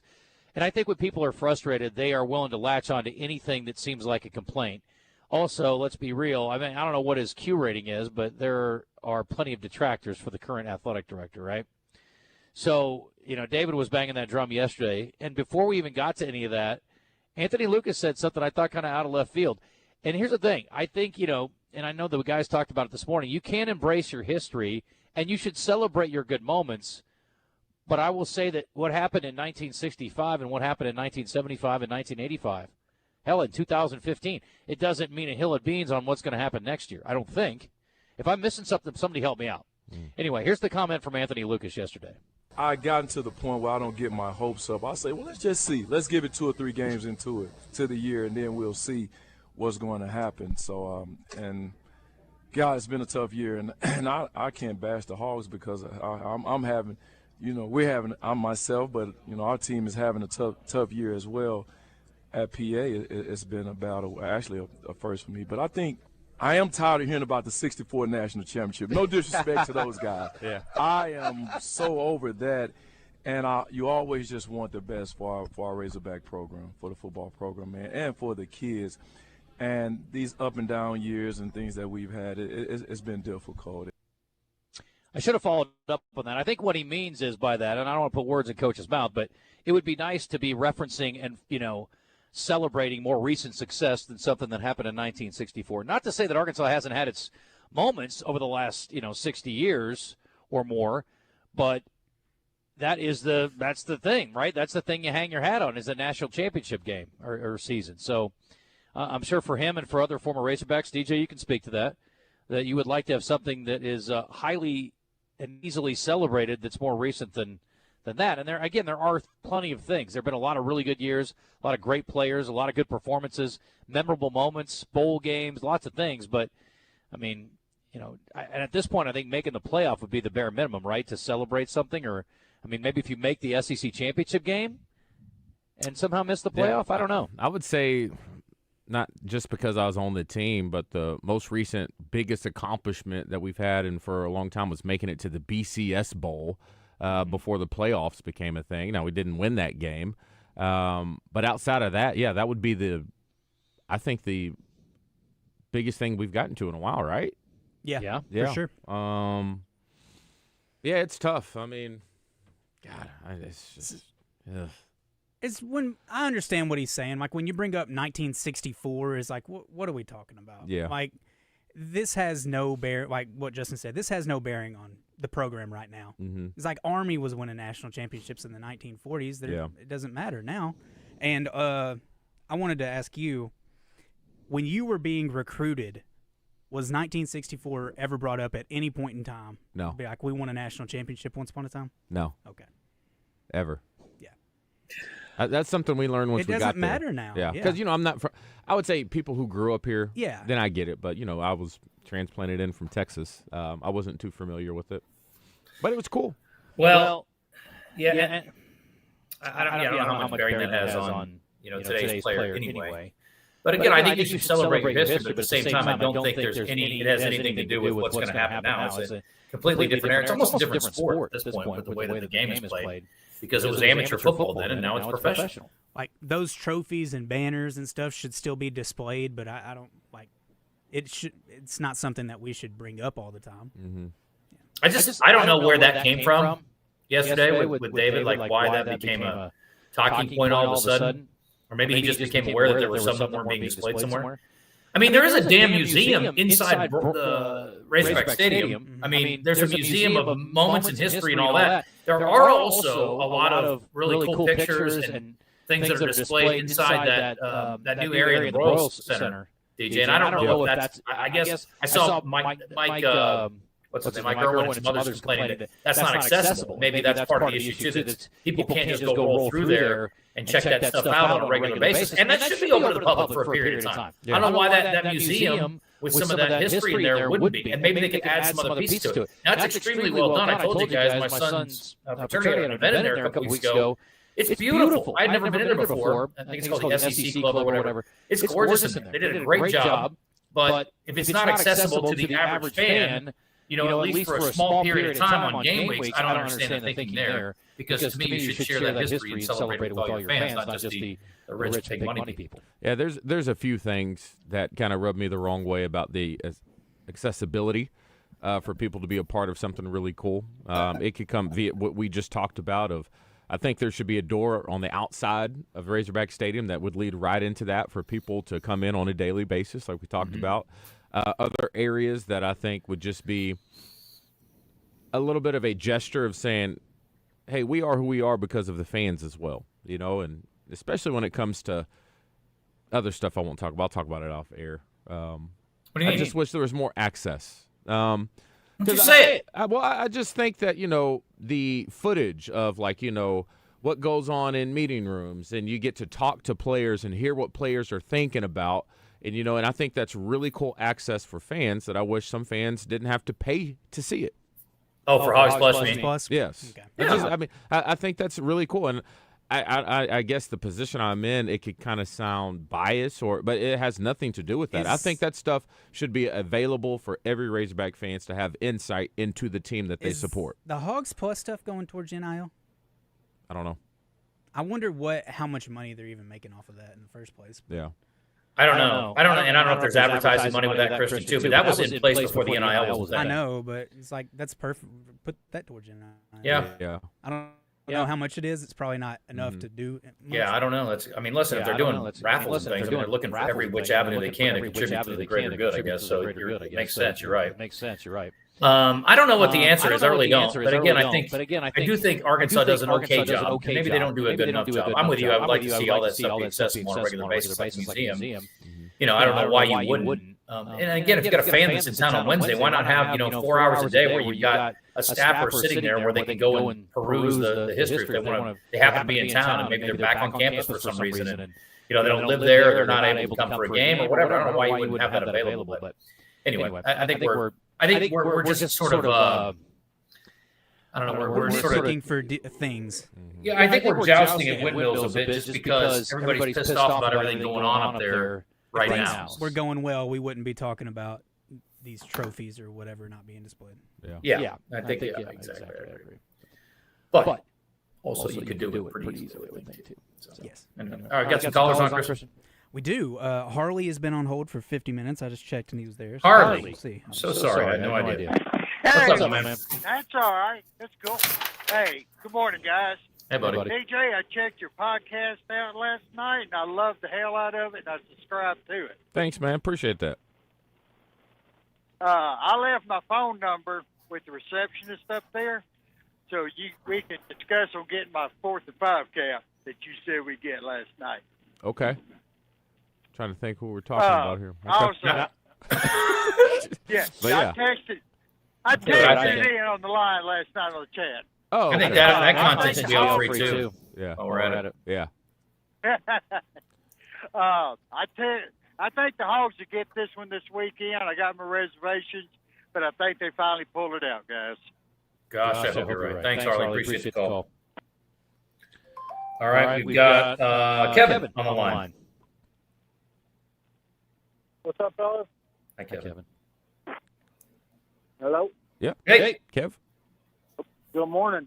DJ, didn't you play during our time with Petrino when we went to the Sugar Bowl against those crooks at Ohio State? I was there. Weren't we in the top 10 that year? Yeah. Okay, how long has it been besides 64 that we've been in the top 10? I think we even got, up above 10. We were 9, and then I think we jumped. The year after me, I think we were ranked number 3 in the country. Played LSU. Played LSU when they were number 1. Went up 14-0. Yeah. Then got killed. So it hadn't been that long, You're still a fairly young man. Since we've been relevant, and I just don't see the hurry to get rid of this guy who got us there. Without a deep, we get some defense and spend some money on defense and NIL, and I don't think we could do any better than where we're at. And I'll listen to y'all's opinion. Thank you.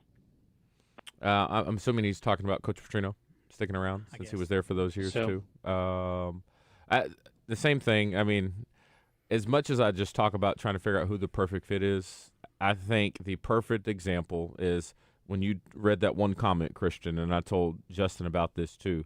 Nationally, I don't think most people know the head coach's name at Texas Tech. Yeah.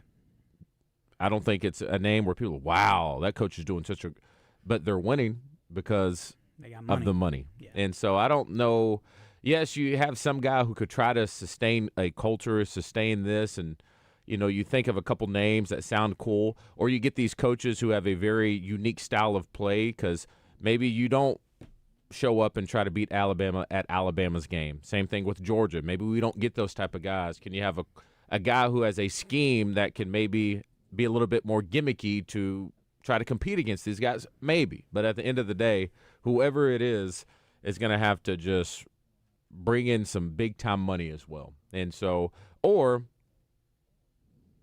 I don't really know the or. I hate it. That's just what it's coming down to. Yeah. We were top 10 a couple years ago, too, when we went to Georgia, although I think that was a bit of fool's gold that happened. Yeah, that was we got destroyed in Georgia. It was an early game in Athens. That was bad. That Georgia team was really good. I would say arguably the best defensive line in college football. They had Jalen Carter. They had Carter. They had Davis, and they had Quay, who was over there. Quay Walker. Yeah, I mean, it was just. Is that a Saturday morning at 11 a.m. game when they went down there and just got thumped? Yep. Yeah. I think we were 9th in the country. Yeah, it was like 21-0 with in the first few minutes of the game. It was awful. Yeah, that was ugly. Yeah. Okay, let's hit some D3 auto sales text, and I think I'm going to reconnect guys in the break. I think I got a little echo going here, so we can fix that up. The fan experience will not improve under Hunter. Okay, well, the fan experience will improve if they win games. Justin's very echoey on YouTube. Just started. Okay, I'll work on that.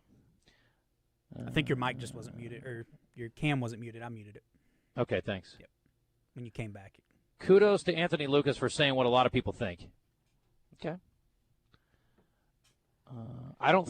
Piggy Small says, I don't count anything that happened pre-integration. I got that note from a couple of people in the last 10 minutes. I'm not joking. I mean, if you're an older black athlete who played at Arkansas, that 64 game doesn't mean a hill of beans to you in a lot of ways, and I get it. I understand where you're coming from. It's still something for fans of the university to celebrate. I mean, I think it's great to celebrate, but I also understand that perspective. I mean, it also puts in perspective how long ago it was. Yeah, I tend to fall in that category as well. But just because something happened a long time ago doesn't make it irrelevant. I mean, it's like Babe Ruth doesn't not matter because he played a long time ago unless you're DJ Williams. Mm-hmm. I don't think Jonesboro's ever had the kind of significant fan base needed to support a winning team. But do you think the early season loss to U of A has any impact on their fan attendance, especially considering U of A's performance since? They knew they were going to lose, right? I'd like to think that they didn't expect to win that game. I thought they were going to give it a little bit better run.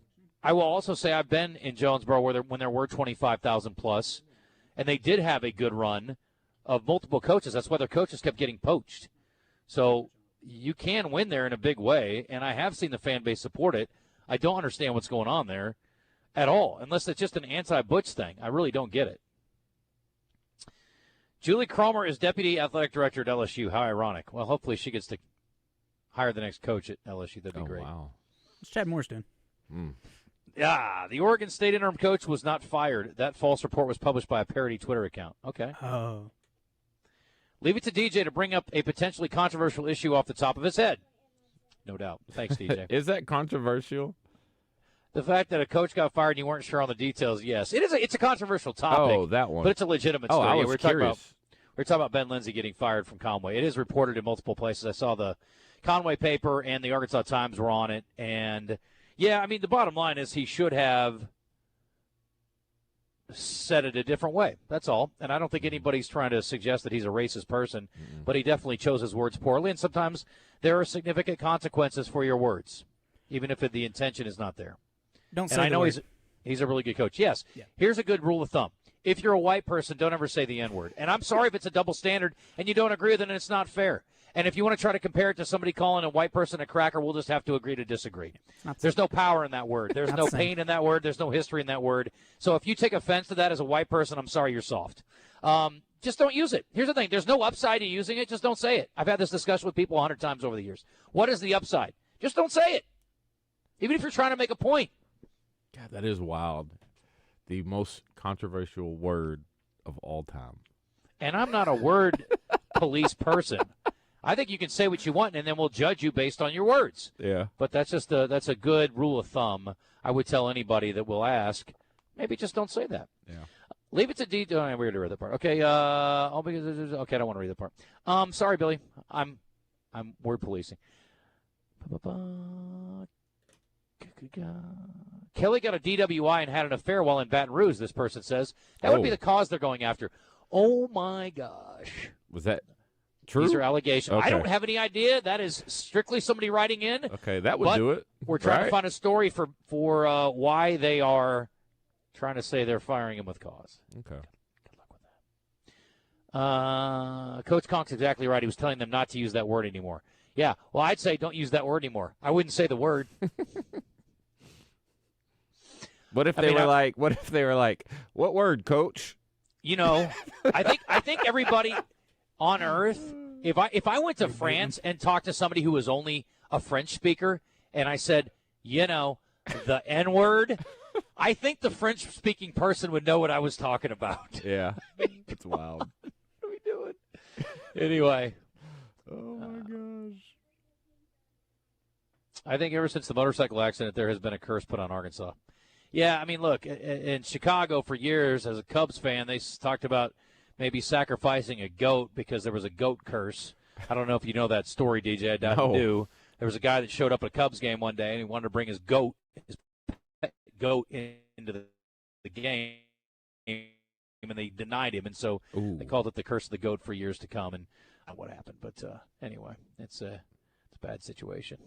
So I don't know. I don't believe in curses. I don't believe in jinxes. Wes and I have had this discussion 100 times over the years.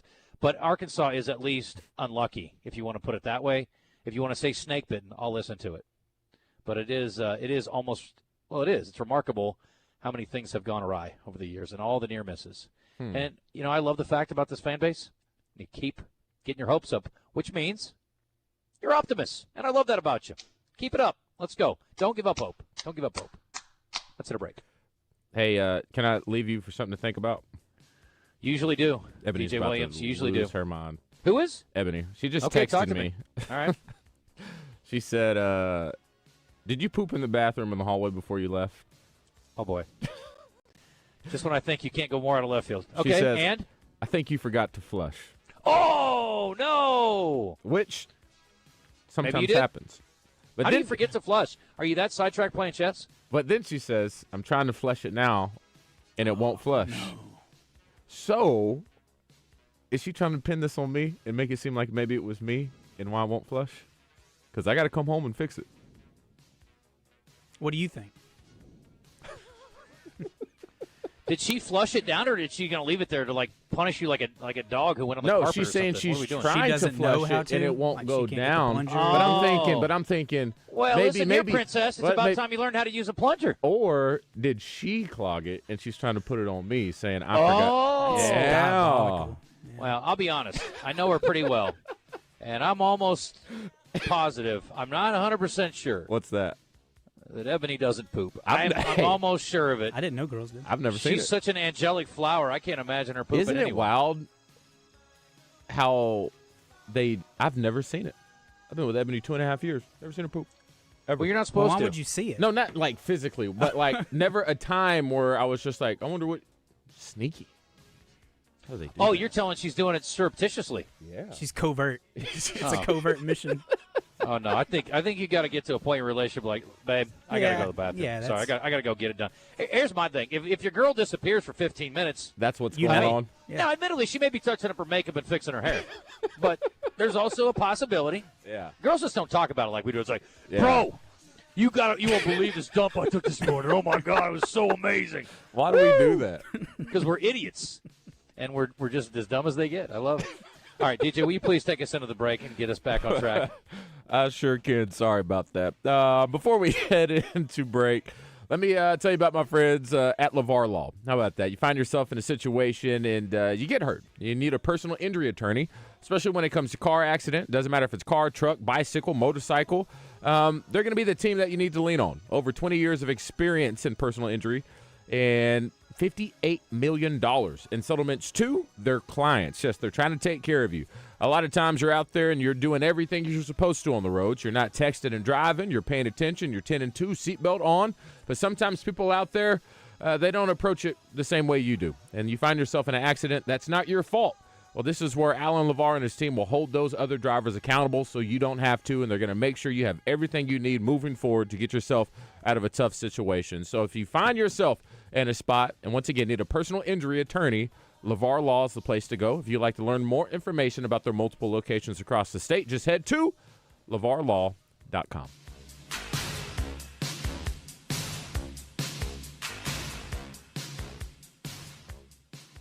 Beechwood Hospitality presents coverage of the Dallas Cowboys on 103.7 The Buzz. Beechwood Hospitality, the leader in hotel property management.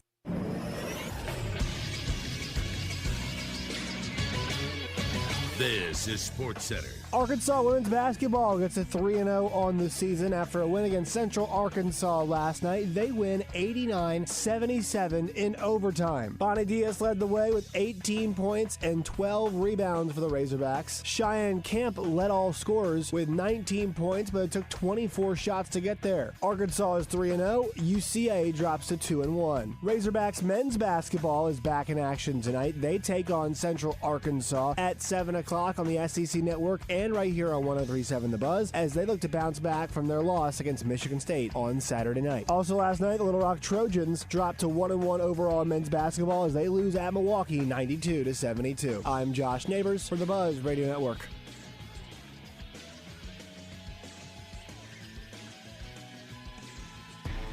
Make Jim's Razorback Pizza your game day headquarters. Known for their amazing thin crust and Detroit-style deep dish pizzas, but don't pass up on their wings that were voted the best by AY Magazine. If you're looking for a great place to watch the game and the most accommodating service around, visit Jim's Razorback Pizza at Highway 10 just past Taylor Loop and the second location at the Morgan Maumelle exit. Jim's Razorback Pizza, proudly serving Central Arkansas for over 20 years. I'm Dr. Lowry Barnes. When it comes to orthopedic care, there's no place like the Orthopedic and Spine Hospital at UAMS Health. We built this hospital just for you. With state-of-the-art surgical suites, advanced technology, and the state's largest group of fellowship-trained orthopedic surgeons. It's the best place in Arkansas to get you moving again. And if you need urgent orthopedic care, UAMS Ortho Now is right here for you at the Orthopedic and Spine Hospital at UAMS Health, where motion lives and service leads. For over 20 years, the hottest night spot in Little Rock has been Willie D's Rock and Roll Piano Bar in the River Market. Open every Tuesday, Thursday, Friday, and Saturday with cold drinks and a world-class dueling piano show. Deep Ultra Nightclub downstairs hosts karaoke on Tuesdays, and DJs spin on Friday and Saturday nights for a fun dance club option on the weekend. Visit WillieD'sPianoBar.com to make a reservation and learn more. Willie D's dueling pianos. Come and get your Willie on. We all make plans for the future, but car accidents, break-ins, and unexpected fires can disrupt those plans. At Shelter Insurance, our agents help design insurance plans that work for you and help protect what matters most. Shelter Insurance. We're your shield.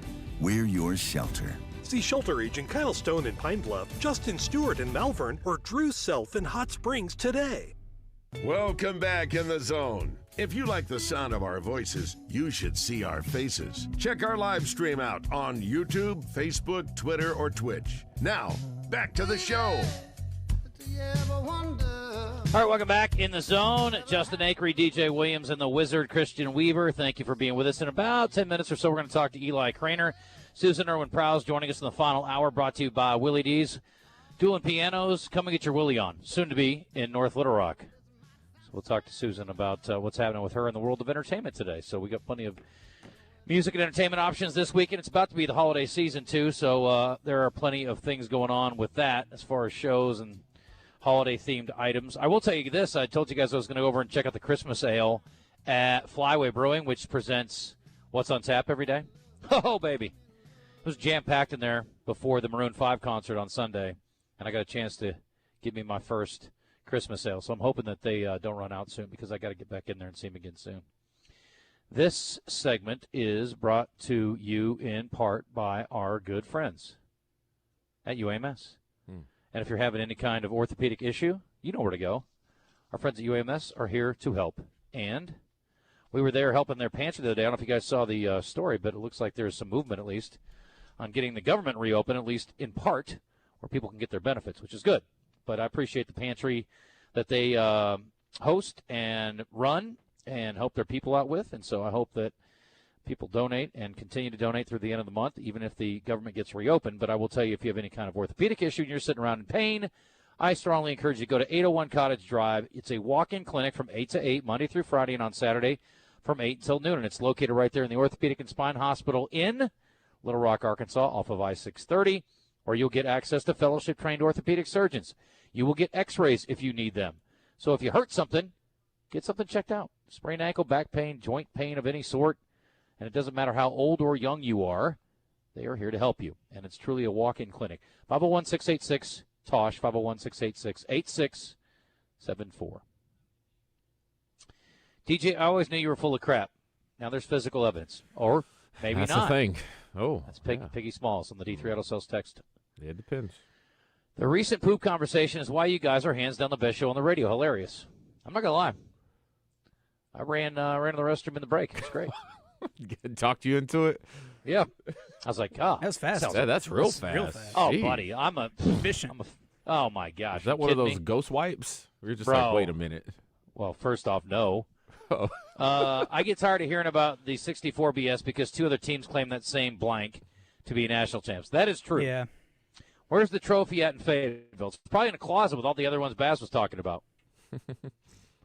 He says, GTFOH with that blank, and that has been my take ever since I heard Rick Schaefer bring it up 20 years ago. Yeah. DJ, can LeVar Law help me with a personal injury lawsuit, emotional distress against my man who left a massive dump and didn't flush? Signed, Ebony M. That's great. DJ, you're going to catch hell when you get home. Yeah. I don't think Ebony listens to the show, luckily, so that's good. No, she sent me a message, and she said, you are insane. This one's on you. So, okay, it wasn't her. I think we need DNA evidence. From the 870, I think there's a simple way to find the answer. Did you poop in the bathroom in the hallway? If yes, you probably forgot to flush, my man. Yeah, that's my main place I go because that's when I got the house, I remodeled it, and this is the newer toilet, and I got it where it sits up a little higher, so I don't have to squat down as far. I was at a hotel the other day, and I went to sit down, and I kept falling and falling, and I was like, I'm not even tall. Why is this toilet so low? I mean, what are we doing here? You ever get that where it's like, oh, my gosh, this thing's low. It's like surprises you. Because you kind of have in your mind, like, how far you're going to squat to get where you're going. Yeah. I'd also done a really hard leg workout the day before, so I was not feeling it. You know what I mean? From our Guatney Chevrolet live fan feedback, which you can send to us at 501-661-1037. By the way, Christian, if we have any callers on, we can squeeze a couple in. Jackson says, did anything come out of the Brazil fan interaction at Michigan State? Did you all see him hit the guy with the towel? I did, and I haven't heard word one about it. I don't know if John Calipari was asked about it or not, but it was not a good-looking incident, and I think it was intentional. I don't know what his upside was, but I'm sure he was frustrated. Nobody got hurt, and the kid got a free towel, so that's not the worst thing. Would you rather get hit in the face and get a towel or not get hit in the face and not get a towel? I think if it's me, I'd rather have the towel. Plus, I got a story. Too. Yeah. He didn't get hurt. What is our question of the day, Christian? Our question of the day today is, since it's Veterans Day, I just want to know if you served, yes or no. Nice. I did not, but I appreciate those who did. Now, you know Gronk does those commercials for USAA. Yes. Can I get in on USAA since my grandfather's served? According to the commercials, it seems like you can. Okay. I'm going to have to call them up. Does DJ support Petrino as the next coach since he was a former Petrino player? I think that's safe to say. DJ? I think it's a good option. How about this? I don't think it's a bad option. I'll say that. They need a smart feature for your phone to flush your toilet if you're not home. Why? I'm surprised they have some of those. There's got to be a toilet that does that. Yeah. Right? Gotta Ron be. says we have now entered the mid-morning mayhem zone. Yes, no doubt. Poop talk, just like the morning show. Now burp and fart. Y'all have them covered. No doubt. The lower the toilet, the easier things flow out. Well, thank you. From That's the what I 870. heard when I was I'm not training a plumber. when I was training for the marathon. Apparently, these people order these thing called squatty potties. I heard about squatty potties. Where you can like put your feet up on them to. Yes, Pat Bradley was a big squatty potty fan. Oh, okay. Yeah, weird. Talk about Fascinating. What do you? I got to be honest. I have trouble with that about once every 5 years, so I don't know what to tell you. But I hate it for those of you who have struggles with that. It's 11:43. I'd love to continue this talk about poo, but we're going to hit a break instead. And I'm trying to think if there's anything pressing in sports that we missed. We do have Stan and Navy Mike on the line still. They're still there. Oh, my God. Two of my all-time favorites, Christian. I would feel like we really let the listeners down if we didn't get both those guys in before the break. So take your pick, Christian. Which way you want to go? We're going to go Stan first. Maybe he'll talk to us this time. Okay, Stan, what's up? Hey, how you doing, Justin? I'm good right now. How are you? All right. What's up, DJ? Stan, what's going on, man? Man, I miss you on that morning news, man. You look good, boy. Thanks, man. Appreciate it. I miss you too. Hey, man, on that basketball team, Arkansas basketball team. Yeah. I'm going to give him credit. He got a great team. But the one thing missing on that, they ain't got but one thing missing, man. I think they're going to take them to the Sweet 16 out of that Final Four this year. The only thing they're missing is Statue Nolan. And I don't think we're going to ever see that again, baby. And I want y'all comment on that. They're missing Y'all 40 have a minutes good of day. hell. Is that what he said? Okay. Yeah, maybe they put Nolan's statue at midcourt. They'd go to the Final Four. All right, let's get Navy Mike in here. That wasn't too bad. Okay. Mike? Hey, what's up, Justin? Mike, how are you? Congratulations DJ? on your Panthers What's going this on? weekend. Great performance. Yeah, my midshipmen let me down, but I Notre Dame's real. They're for real. Like they'll be in the playoff. Mike, if Navy played Notre Dame 10 times, they'd lose 15 times. Yes, don't feel bad about that one. Hey, go easy now. Well, I'm just saying, these they're are not future. anywhere. These are future officers and gentlemen. No doubt. I appreciate their effort very, very, very much, especially on Veterans Day. But let's be honest, in football, that's silly. Come on, stop. Right. Anyway. No, I get it. Yeah, we were outclassed. It's okay. We still took down Saddam and Bin Laden, so there's that. Hey, now those are the wins that count, baby. Yeah, absolutely. Yes. But as far as the coaching search, I just want to say that Hog fans are counting like on a splashy hire. I just want to point your attention to Texas A&M, and they had the splashiest of hires when they got Jimbo Fisher in there, and we all know how that went down, and that didn't work out. And then you get a guy from Duke in Mike Elko, not the sexiest name ever, but look what he's doing right now because he's got the resources behind him. So we might be looking at that type of hire, and that won't be a bad thing as long as you can put the money behind a guy, and so he can get what he needs to win. Yep. Then you can see like Texas A&M, like we could be like a Texas A&M number 3 in the country, number 2 in almost in the top 5. So let's not expect too much. Just as long as you got to get the money behind these guys.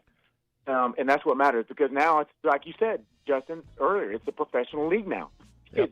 This isn't amateur hour anymore. So that's all I got, guys. And shout out to all my veterans out there. Thank you, brothers and sisters. We did it so everybody else didn't have to. And y'all take care, man.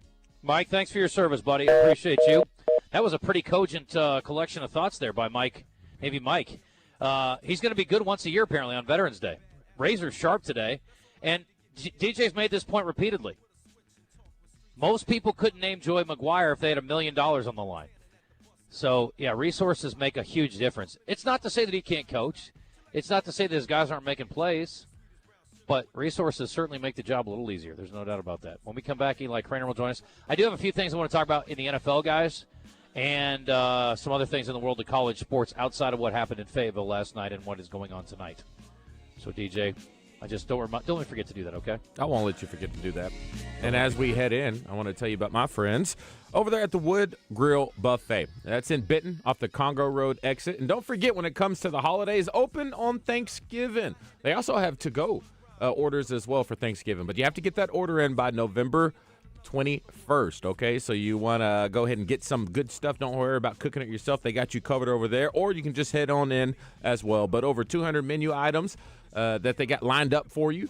So it doesn't matter, once again, if you have a family of 4, 5, 6, 7, 8, 9, and everybody likes a different thing, the Wood Grill Buffet is the perfect stop for you. Also, best bang for your buck. Now, I want to remind you, they're open up on Thursday through the weekend, and they do such a great job when it comes to making sure it's all laid out, cooked perfectly, and ready to go. Like I said, over 200 items on their menu, and they also got rooms too when it comes to if you want to hold the banquet. I know football season's coming to an end. You maybe want to hold the team banquet. They got a big room that can hold the whole football team and parents as well. Good spot to do that, and they have catering options as well. All you have to do is reach out to them to set up a catering option, and I would say just stop by, try out their food first. It's pretty darn good. That's the Wood Grill Buffet in Benton off the Congo Road exit. All day, around the way you're like a neighborhood jewel. All the homeboys sweat you, so you're crazy cool. Wear your gold in the summer with your biking shorts. Arkansas Roundballers Big Joe Klein and Pat Bradley pontificate on Bet Saracen. People ask me, what do basketball players know about football? What say you, Joe? I explained that anyone can run up and down a grass field with a screwy-shaped ball, but it takes finesse to strategically launch a basketball from long distances at an 18-inch diameter steel hoop. Dang, Joe, you sure are smart. Gambling problem? Call 800-GAMBLER. At Greenway, we're not just selling John Deere tractors. We're cultivating partnerships. There's been times where at my farm I've actually had an issue and my salesman got with a guy from service and they brought him out to my farm and they were able to resolve my issue pretty quickly. The reliability, the dependability of the equipment and Greenway, that's why I would highly recommend it to anyone in my area. Join our community of satisfied customers and experience the Greenway difference. Head to your local Greenway dealership today or visit us at gogreenway.com. It's fall, y'all. Get your vehicles ready for all the seasons ahead. Yes, all of them. Football, the holidays, and our Arkansas weather. Point S Arkansas can take care of your tires, brakes, shocks, or just a general service for the brands you know: Falcon, Toyo, Kumo, Blackhawk, and more. Visit one of their locations today: Tiretown Point S in Benton, Bartlett Tire Point S in Heber Springs, Fleet Tire Point S in Russellville and Pottsville. Online at pointstire.com. This is the Pigskin Preacher, bringing you the word. Winston Groom's marvelous book, The Aviators, chronicles the heroism of America's three greatest pilots, Eddie Rickenbacker, Jimmy Doolittle, and Charles Lindbergh, coming to their country's aid in World War II. All were decidedly past their peak flying years in their mid-40s, but their bravery in facing death is still inspiring nearly a century later. If you're looking to be inspired by some genuine heroes, this book is for you. And if you're looking to be inspired by some amazing snacky treats, Doublebee's is for you. Doublebee's delis have piping hot chicken, pizza, corn dogs, and even catfish at some places on Fridays. And we have cookies and a dazzling array of thirst-quenching drinks. Doublebee's. It's where you gas it, grab it, and go. That's Doublebee's. What drives you? Family moments, new adventures, or just the love of the open road? Whatever it is, Gwatney Chevrolet is here to help you get there. For generations, we've been more than a dealership. We've been part of life's milestones, big and small.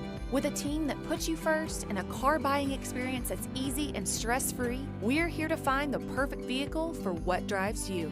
Visit us in Jacksonville or online at GwatneyChevrolet.com. Chevrolet. Together, let's drive. Welcome back in the zone with Justin Acri and DJ Williams in the Oaklawn Hot Springs studio. I don't mind letting you down easy, but just give it time. If it don't hurt now. It is 11:51, and let's head right to the Jim's Razorback Pizza Hotline and visit with our buddy Eli Craner. Oh, I'm sorry. Let me try that again. The award-winning Eli Craner is on the line. What's up, guys? Hello. How do you do, my friend? Or at least for the moment, award nominated. Congratulations, my friend. The Morris Award, which has nothing to do with Chad. This is for people who are actually good at their jobs. Yeah, man. You know, Willie Morris, maybe best known for My Dog Skip. I know that one. But a big figure in Oxford, and the book that really resonated for me was The Courting of Marcus Dupree, which was big, you know, kind of ahead of its time when he followed Marcus Dupree from Philadelphia, Mississippi, all through his high school recruitment and how that looked back in the 80s. There was a 30 for 30 about him. I think it was called The Greatest That Never Was or something like that. That's it. Yeah, same guy. I mean, Willie Morris was kind of like, I mean, he was in Oxford around Ole Miss. He was a writer in residence at Ole Miss and just a big figure over there. So this award comes for Mississippi Blue 42, and it comes out of the Ole Miss. It's all run through the Ole Miss like English department. So I don't know, for an Arkansas boy writing about Mississippi, that one really meant a lot, because, you know, when you jump across and go to different places, you want to make sure you get it right. Absolutely. So how many people are you up against for this award, and when does it get determined? Yeah, there are 4 other books nominated, I believe, and that's in the Southern Fiction category, so they also have a nonfiction category. But they will announce it in February, and then Oxford hosts a big conference for the book, and that's where they'll do like the award ceremony and stuff if it were to happen. So yeah, send good vibes from Mississippi We always do. Blue 42. Absolutely. Well, are you still out touring the book and signing autographs and things of that nature? Man, we were in Baton Rouge on Halloween. Took the whole fam, and that was really the last real thing I'll have for this year. Okay. Right at the start of next year, I'll be in Savannah and up in Michigan, and then down in New Orleans for some tail end of the book world stuff. Gotcha.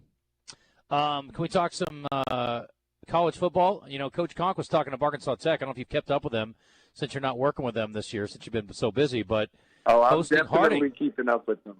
Yeah, I get to play a little spoiler maybe big this one weekend. against Harding. Yeah, so the Wonder Boys are 7-3 under Coach Thompson, and yeah, I'm definitely in the loop on that. Coach Thompson's a dear friend, the guy that was at Washtenaw when I was playing and was coaching, and so anyway, it's been awesome. And yeah, the word I've heard, I don't know if Coach Conk said this earlier, but on the odd chance that the Wonder Boys pull out the upset against Harding, I could see a way that they could be in the conversation for being pulled into that region for the playoffs. Yeah, they've got a couple of games that got away from them that they probably needed to win. But if you're sitting at 7-3 or whatever they'd be at the end of the year, that would certainly be a compelling argument if you knock off number 1, I would think so. Yeah, that'd be 8-3 with wins over Harding and Ouachita. So, yeah, I don't know.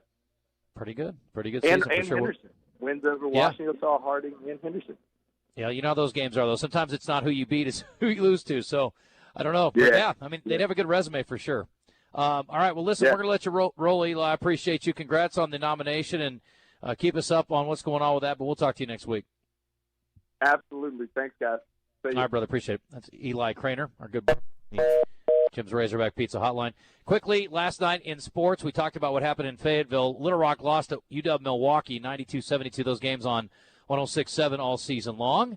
Arkansas State's women are at Missouri tonight. Arkansas State's men at Missouri State. And UAPB's men going over to take on Oklahoma and the former Little Rock Trojans head coach, Porter Moser. In the NFL last night, if you missed it, the Eagles won a defensive battle against the Packers. So they are, I don't know, guys. I mean, I saw a story this morning that the Eagles might be the best team in the NFL right now. It certainly was a struggle last night, but I guess you could make a pretty strong argument while it's been maybe more parity and less clear-cut than it's been just about ever for me. To me, the Eagles almost feel like the Chiefs last year, where they win games, but they don't do it in a way that convinces me that they're amazing. Yeah. So I started doing a deep dive on standings. Oh, by the way, Brian Daboll was fired in New York yesterday, too, from the Giants, which has been reasonably widely criticized. I think that's a mistake. I think he's a pretty good coach, and I don't know what they expect from him with the team that he's got put together. That's not his job. He's not the GM. But so I started looking at this. I started looking at points for, points against. There are 4 teams this year that have winning records, even though they've been outscored on the season. Only 4. The Texans are the only team with a losing record that have outscored their opponents. And we were talking about oddities in the standings the other day. Steelers at 5-4. They're one of those teams that have been outscored this year. Ravens have won 3 straight. Is there any doubt in your mind the Ravens are going to overtake the Steelers in the North? They're going to win the division. I think so, too. Yeah. Also, the NFC North is very intriguing right now with really all the teams that are in the division still in the mix. But the Detroit and Chicago are tied. Sorry, my brain won't even let me say it. Detroit and Chicago are tied at 6-3 at the top of the division right now. It's pretty crazy. And the Packers opened the season being I'm sorry. You have no, you're good. Go ahead. But they opened the season being a who'd they kill like week 1? Was it the Cowboys or something? They beat Detroit in week 1, didn't they? And so everybody was like, this is the best team in the league now, and now they're kind of stumbling. But well, then people were making the argument. Remember, Christian? They're like, oh, well, Detroit, they lost their coordinator, so maybe they're not going to be any good. Yeah. Well, Dan Campbell did make a change this last week, and it worked out pretty well. But, again, we'll see how they do going forward with him calling the plays. We got a couple other notes from the world of football we'll get to. Entertainment birthdays and Susan Irwin Prowse in the next hour as well. Stick around.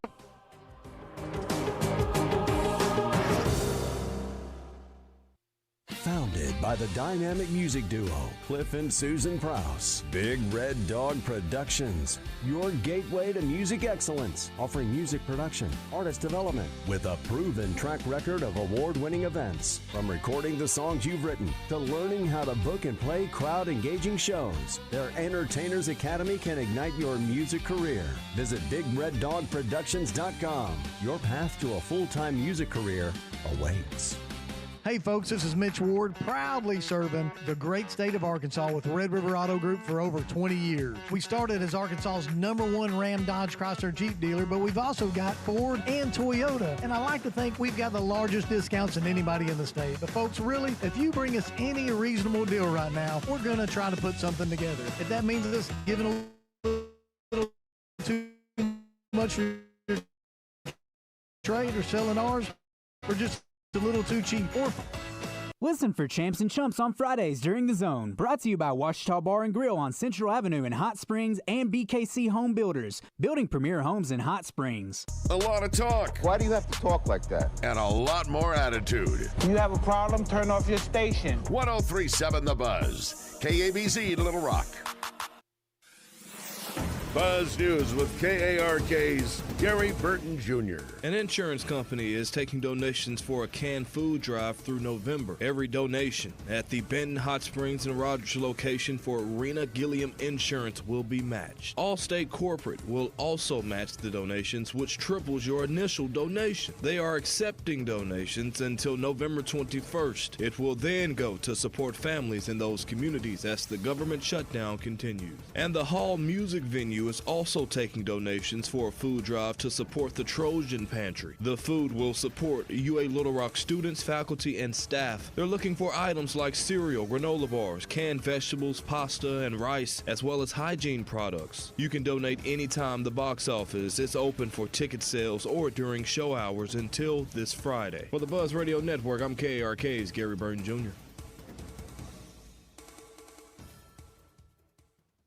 Once again this year, The Buzz is proud to bring you college football talk with Mark May each and every Thursday morning. Brought to you by Edwards Food Giant, The Meat People, and by Hennard Foothills Equipment in Searcy. Mark will be breaking down the week's biggest games, who will win, and why they'll win on Morning Mayhem. So tune in every Thursday as Edwards Food Giant and Hennard Foothills Equipment present Mark May. Weather from the Fletcher Weather Center with KARK's Pat Walker. Another very cold start, but with the south-southwest wind around 15 to 25 miles per hour today, it's going to start warming up. It'll be mostly sunny. Little Rock will get up to 61 this afternoon. Tonight, mostly clear, a low of 43. Yes, we'll stay above freezing. For the Buzz Radio Network, I'm meteorologist Pat Walker. Fletcher Dodge wants to buy your car. We'll buy any make or model, and we'll pay you more than anyone else. Please, turn your old car into cash at Fletcher Dodge in Sherwood. Complete house demolition or small mess? Mission Site Services clears it, cleans it, and tears it down. Call them today to get on the schedule. Clean it up, clean it out, tear it down. Mission Site Services. Call 501-607-9283.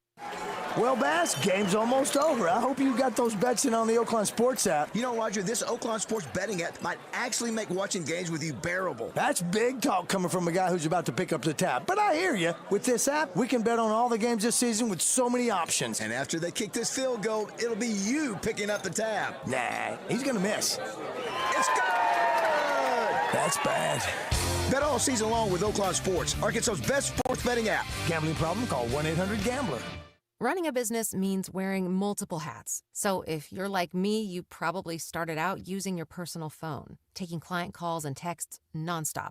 As my business grew, I needed something smarter. That's when I switched to Quo, the #1 business phone system. Quo works right on your phone or computer. No carrying 2 phones, no clunky landline, just one easy app you can try for free. Your team can share one number and handle calls and texts together like a shared inbox. Any teammate can jump into the conversation so customers get faster responses. And Quo's AI assistant summarizes your calls and responds to customers 24/7, so you never miss a lead or opportunity. All this starts at just $15 a month. That's basically 2 coffees. You can even keep your current business phone number. Find out why 90,000 businesses trust Quo. No missed calls, no missed customers. Try Quo for free at quo.com/sports. That's quo.com/sports to try Quo free. QUO.com/SPORTS.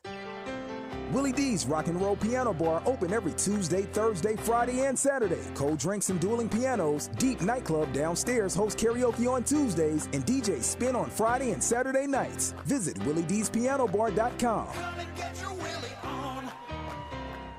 Stop and shop at our Conway and Little Rock showrooms. That's Hawks Homes, has been serving Central Arkansas since 1986. Is Arkansas's #1 sales dealer. Volume purchasing power enables us to offer our customers the best prices on the highest quality homes. See the world's largest double-wide and single-wide homes, triple-wide homes, and even a quad. You dream it, and we'll build it for you. We're the only manufacturer and modular dealer that can build your custom home from your plans. Check them out online at hawkshomes.net. More fiber and laxatives, eh? Who are you? I'm future you. Future me? Constipation with belly pain still coming back? Our doctor figured it out. It's irritable bowel syndrome with constipation, or IBS-C, and Linzess could help you get ahead of it. Linzess linaclotide is a prescription medicine that treats IBS-C in adults. It's not a laxative. It's a once-daily pill that helps you get ahead of your symptoms. It's proven to help you have more frequent and complete bowel movements and helps relieve overall abdominal symptoms, belly pain, discomfort, and bloating. These symptoms were studied in combination, not individually. Do not give Linzess to children less than 2. It may harm them. Do not take Linzess if you have a bowel blockage. Get immediate help if you develop unusual or severe stomach pain, especially with bloody or black stools. The most common side effect is diarrhea, sometimes severe. If it's severe, stop taking Linzess and call your doctor right away. Other side effects include gas, stomach area pain, and swelling. Talk to your doctor and say yes to Linzess. Learn more at linzess.com or call 1-800-LINZESS. Check out the new clothing at Bell & Sword in Conway. A new cricket polo with Razorback logo, button-downs, vests, sweaters, slacks with UCA or Arkansas gear from Johnny O and Peter Millar. Great staff, fantastic service. Bell & Sword, the only Central Arkansas men's store with a tailor on staff to fit you. So go now to Bell & Sword, 1011 Oak Street in Conway on Facebook and Instagram.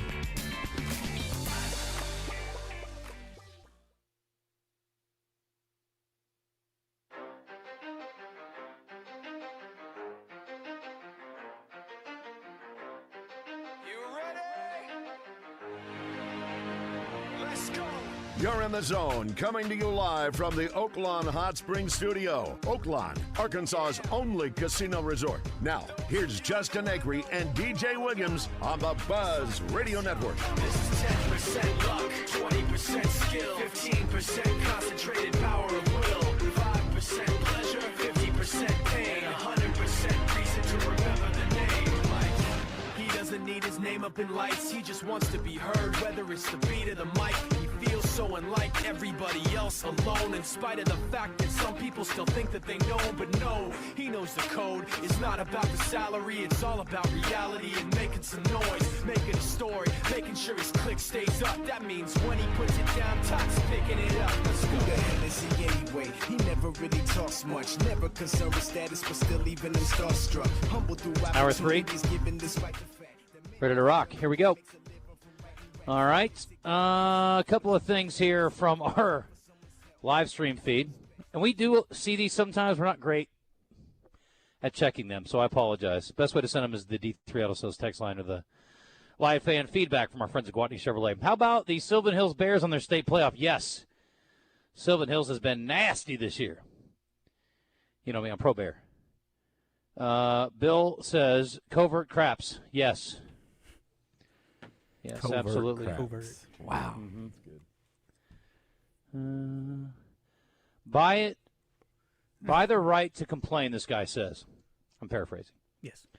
He says, there are 3 million people in the state of Arkansas as we speak and growing. If every person in the state gives the Razorbacks just $5, they raise the university $15 million. Thank you, Hunter Yurachek. Good math. I'll do it if everyone else will do it. Is that how it works? Yep. Mm-hmm. But until everyone else does it, I'm not doing it. My money goes to Conway. I want Arkansas to win, but I wouldn't call myself a Razorback booster. Oh, your money's going to Fayetteville. That's true. They can. Maddox is giving them cash. Yeah. All right. Let's see here. I guess we can do entertainment. Oh, no, I had a couple of things. Let me do this real quick from football. Let me stick on that for a second. Antonio Brown's fighting back against claims he tried to shoot and kill someone at a celebrity boxing match earlier this year.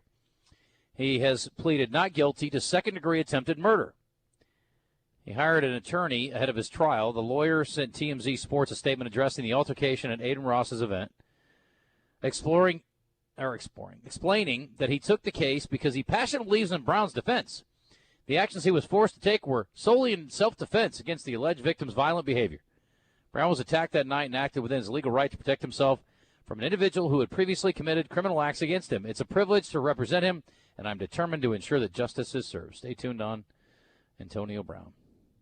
And also, how about the curious case of Diego Pavia? This dude is living like a rock star, almost literally. So they beat Auburn in overtime over the weekend. By the way, if you didn't see it, he was 25 of 33 for 377 yards and 3 touchdowns without a pick, and he had 18 carries for 112 yards and a touchdown and was the leading rusher for his team. Safe to say he was a big part of them winning. Fair? Yes. Less than 18 hours after they won, he was on the ground in Florida with Theo Vaughn. They went to this big VIP A-list party down there, and there's video of it. And anyway, then he jumps on a private jet, zips back to Nashville Monday afternoon. They've got a bye week coming up. So he went down and partied afterwards. I mean, how much money would you pay to live like Pavia for a week? What a weekend. Are you kidding me? Yeah, there's a video of him with Theo Vaughn, and he's holding 2 stacks of big amounts of money. Kind of big. Like, they're $1 bills. Me personally, I think he should enjoy this time now. It ain't happening in the NFL. This will be it. Is he a senior? Well, guess what? Yeah, remember he's the one that had the whole controversial suing to get an extra year thing and all that. This will be it. So live it up. Yes, that's what I'm saying. Canada needs football players. I'm going to tell you right now. Great point. As far as, he's already against it. He's defying all odds when it comes to the physical attributes, the lack of height and all that stuff.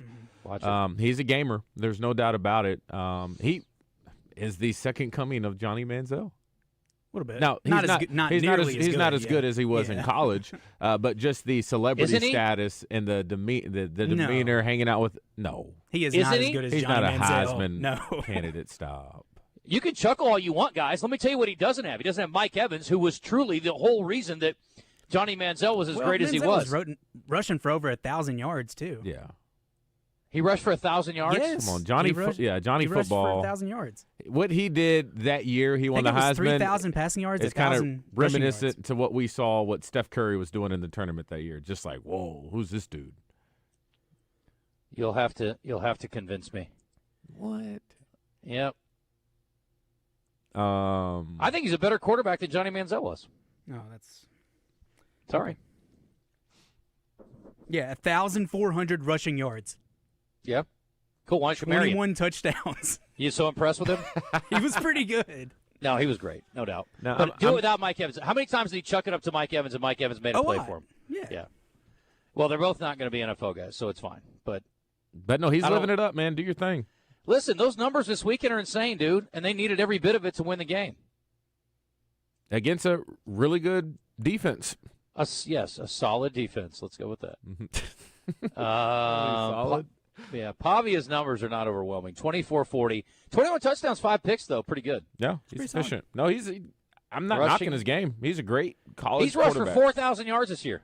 Stop. Okay, just kidding. Let's see here. I'm sorry. I love the kid. I just like the story, and I'm glad that he's enjoying it in the middle of the season. And just think, if Johnny Manziel had done that during his time, people would have freaked out. If he now could, it's like, He would have made whatever. so much money in NIL. Yeah, if he could, he would. Pavia ran for 800 last year, 613 this year. He's averaging over 5 yards a carry, and he's got 7 touchdowns. It's a great play. Yeah, he is. Okay, Manziel's numbers are great. Yeah. You know what they have in common? They both beat Alabama, and that was when they really got on the map. God, could you imagine a GM or a coach evaluating him as a draft pick? They'll be like, "Ooh, it's too much risk there." Diego Pavia listed at 6 foot. We all know he's 5'10", 190. Dude makes plays. They got to give him a lot of credit. Yeah. All right. Okay, I think that's all I got. I'm happy that he's enjoying it, because that's the thing. I think people grind so much during their lives. We debate this a lot on around the station, because there are guys that are like, "Oh, well, you take vacation. You should take vacation. Oh, why take vacation?" Because I'm going to be old and dead soon. I'm trying to enjoy my life. That's why I take vacation. And we work hard so we can enjoy it, right? Some people are just like, I'm going to grind until I retire, and then I'll have fun. I'm like, what are you doing? Very few times do you see guys do this and really enjoy it. I hope he comes back in 2 weeks and plays his butt off, too. I'm curious, too, was the jet provided by Theo, or did he charter it himself? Bro, he got it like that. If he chartered it himself, he'll be broke in the next 4 years. Maybe. No. How much money they get paid in Canada? Stop it. Okay, let's just say he made $1 million last year and he made $2 million this year. Fair. So let's go ahead and chop that in half between agent fees and taxes. Okay. He went to Miami from Nashville, DJ. It's a $20,000 flight. What's the big deal? $20,000. I'm just saying, seriously. In the grand scheme of things, yeah. Well, it's not a big deal. I understand your point. You're not wrong. No, yeah. But I'm just saying, that's not a big deal. If he does it every weekend, that's different. He's got to know that this is his time. Yeah. He's living it He's up. like, it's my bye week, and I'm going to go have a hell of a time. And I think it's great. Good for him. I probably would have flown commercial. I'm sure there's a direct from Nashville to Miami. Whatever. I think anytime you want to spend 20, that was back in the day. It was $20,000. I'm not sure what a flight now will cost you. A quick charter overnight. Hey, I need you, and then you got to send them back. It's not a one-way trip. DJ, it's a 2-hour flight or an hour-and-a-half flight. It's not like he's going to the moon. Come on. Still, I'll look it up. Private. All right. Regardless, let's just say it's $30,000. Okay, fine, whatever. I don't know. I guess he was there 24 hours. So I don't know. Anyway, that's tough. It's not the best use of his money, but I understand if you want to blow off a little bit. My God, if you made $3 million plus all the NIL money he made on top of that, and I'm being conservative, he's probably making more than that. I'm judging him based off only what I've seen on social media, so that's not fair. I don't know what he's like when he's behind closed doors. He probably sits down and has very serious conversations, very thought out. I don't know, but based he parties, I'm sure. Yeah, his brothers are famous for being party boys in Nashville. They based get off after it. The persona that he, I guess, has projected through his social media, it has all signs of, this is somebody who's coming into fame and money a little too quick, and he's just partying like a rock star, and it's going to come to it. Just because we've seen that story over and over and over and over again. We've seen it happen so many times. Where's he from?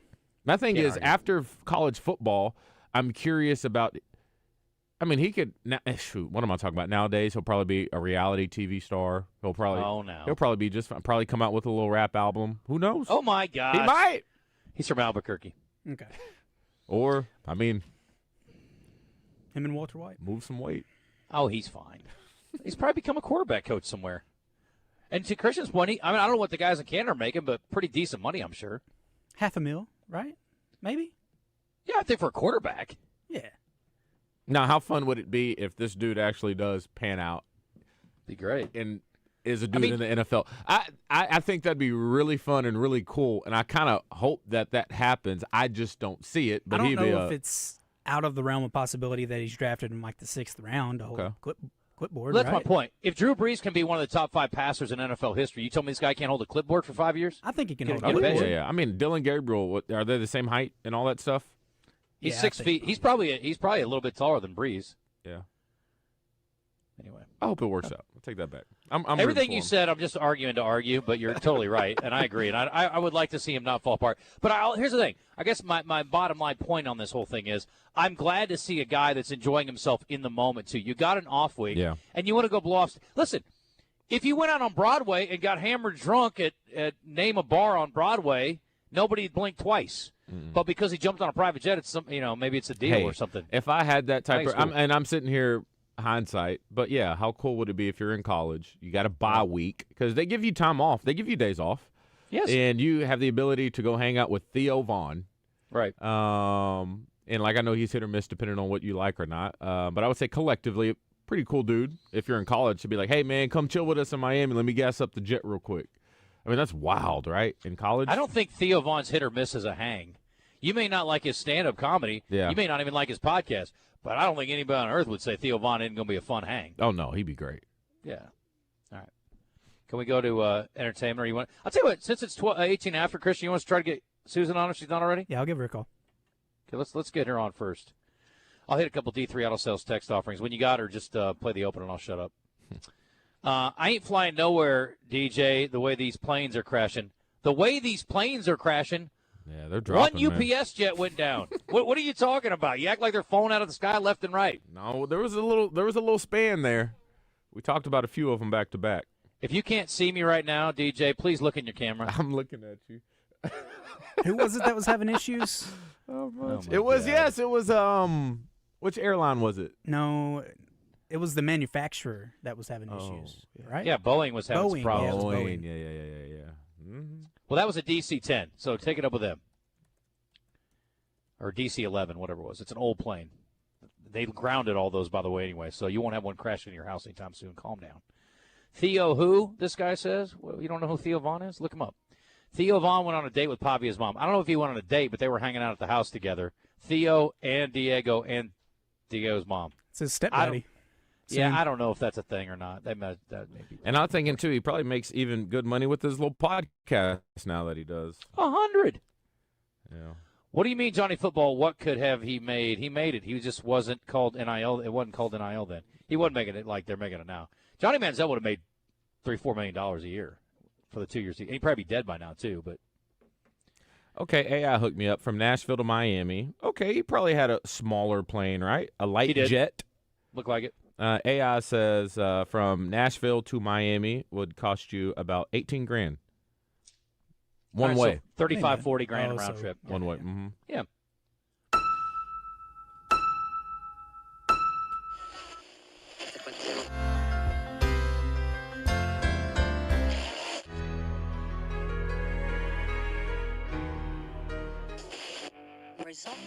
Keys to the Weekend with Susan Irwin Prouse is brought to you by Willie D's. Established in 2003, Willie D's has grown into the premier nightlife venue in the Little Rock River Market.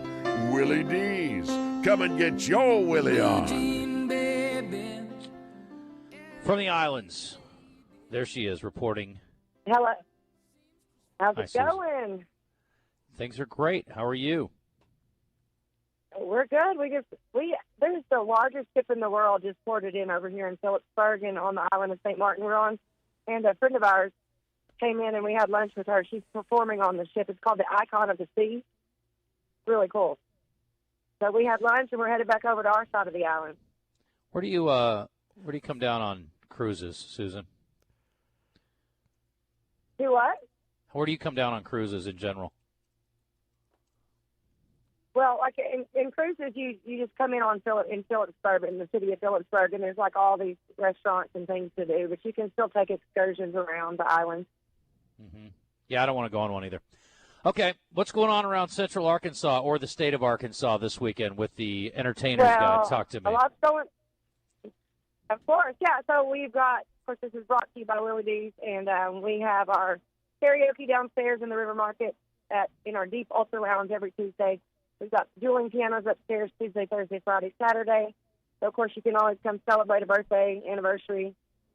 You can celebrate a wedding, a divorce, whatever. We'll celebrate with you. So think of us whenever you're looking for a go-to or a late-night spot. 60s in the River Market has Axe and the Hatchmen on tonight. There's a show tonight at Sticky's, Axe and the Hatchmen. The band Field on Friday. Blues Traveler is at the Hall on Friday. I'm sure y'all might have been talking about that. Are y'all by chance going to that? I'm going to be in Utah, or I would. I'd love to be there. I just saw him. Where did I see Popper last? I've seen him a couple times over the last couple of years. But anyway, I think the last time I saw him was in El Dorado with Big Ed Todd. But, yeah, definitely if you can go see them and you haven't, they're a great show. And over in Simmons, Alabama is at Simmons this weekend. Oh. So that's I wish I was there for that one. Of course, over in North Little Rock, the circus, the Piccolo Zofe European Circus. You'll feel like you step back in time. It's beautiful. They just are putting up their tent over there behind the trolley barn in Argenta. And so the Thursday night, they kick off about 10 or 14 days of shows in North Little Rock. So that's a must-see show. I know, Justin, you were a ringmaster last year. So be sure to get your tickets to that going on over there in Argenta. That's fun. Four-quarter bar, Dirty Lindsay on Friday. And in Hot Springs, we've got 8-track at Oaklawn at Pops this weekend. But also, Roger is over there with the Looney Bin on Wednesday night and Pops Lounge at Oaklawn on Wednesday night doing the Looney Bin stuff. That's always a good time over in Hot Springs. And headed to Conway, Kings Live, you've got Mr. Lucky on Friday and Townsend on Saturday. And over at Mally's in Conway, our drummer, Stephen Bailey, has a band named Synergy, and so he's taking his band over there on Saturday to Mally's. El Dorado at the Madhouse, you've got Copper Flat. Our friends up in Paragould at Collins Theater, Chad Garrett with Laura Carolina as a special guest will be going on in that old theater up there.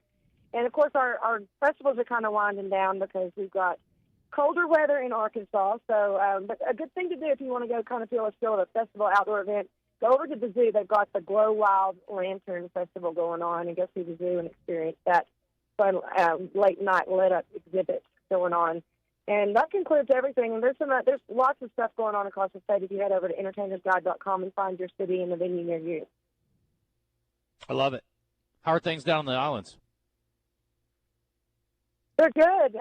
We've had, I think this is our first round of Arkansans they've showed up. They starting to send me pictures. So the first week has been I really appreciated getting my bearings because we didn't have a lot of visitors, but I think we're looking to have 40 to 50 Arkansans come down here over the remaining amount of the month. So it should be a good time, and I'll be sending pictures and calling the hogs and sending it back to y'all. And you're back after November, or you just come back right before the races start? So we fly back on December 1, and races start on the 12th. So we start at Oaklawn December 12th with our shows every Friday and Saturday there. And, so we'll be home in December ready to rock Oaklawn racing season until May. Very good. All right, thank you so much. I appreciate you. Thank you. I'll talk to y'all soon. All right, Susan, thank you. All right. All right, bye-bye. All right, take care. Let me see here. Oh, I saw this story in the break. Trevor Brazil has posted an apology to social media Sunday. I missed this, I guess, saying he apologized for his actions in the tunnel as they exited the floor. That was not a reflection of what I or our program represent. Okay. Well, I missed that apology, so thanks. I saw I think it was a farce suggesting he was not going to play tonight, but I don't think that's probably the case. I think that was a fake report. I saw it as well. Okay, let's do a quick entertainment report. Today's entertainment report is brought to you by Bell & Sword Gentlemen's Clothing in Conway. Check them out on Facebook and Instagram, or stop by Bell & Sword's new and larger location at 1011 Oak Street. All righty then. Here we go. Let's do it. Sydney Sweeney's in the news. I know you guys love her. Christy bombed at the box office, but she is deeply proud of it, she says. She says, we don't always just make art for numbers. We make it for impact. Fair. And Christy has been the most impactful project of my life. Thank you, Christy. I love you, she says. Okay. Just like we said yesterday, whether a film makes money or not doesn't mean it's good or bad. Good point. Something can bomb and be good. Now, I don't know if this movie's good. Fair. I don't know if this movie's going to be good or not, but there's obviously a lot of interest in it. The first trailer for Michael, the upcoming Michael Jackson biopic, has shattered records by becoming the most watched music biopic preview in history. Released on November 6th, the trailer garnered over 116 million views in the first 24 hours. Have you seen it? I saw part of it, yes. Yeah, I didn't see the whole thing. The trailer? Yeah. Look good. His real-life nephew is playing Michael in the movie. Mm-hmm. Okay. Trailer for House of the Dragon. Season 3 just came out. House of Dragons. House of Dragons. Sorry. Is that still on? Yeah. Still going. Apparently so. The rest of the stuff can wait. Let's do birthdays. Journey now. tickets. We need one more caller. Somebody's already on hold for it. So. Okay.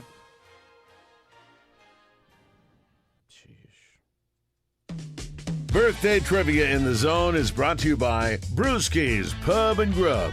Your home for lunch, happy hour, and late night. With locations in Little Rock and North Little Rock. Come get your grub on.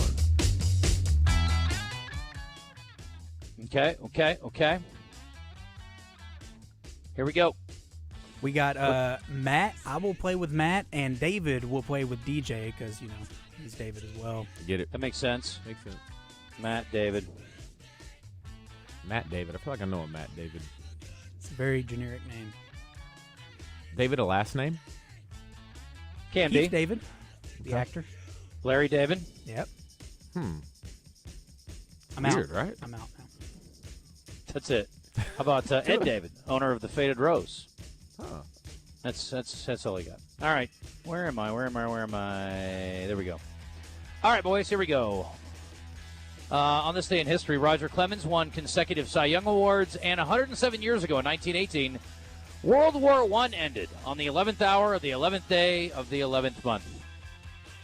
General Irwin T. Parkleton called it the war to end all wars.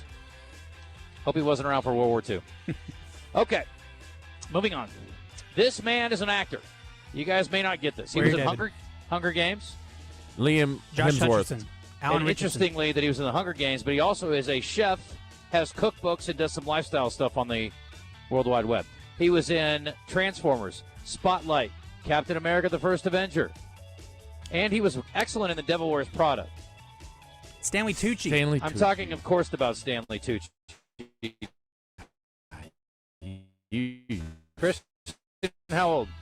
Set us up. Stanley Tucci is 70.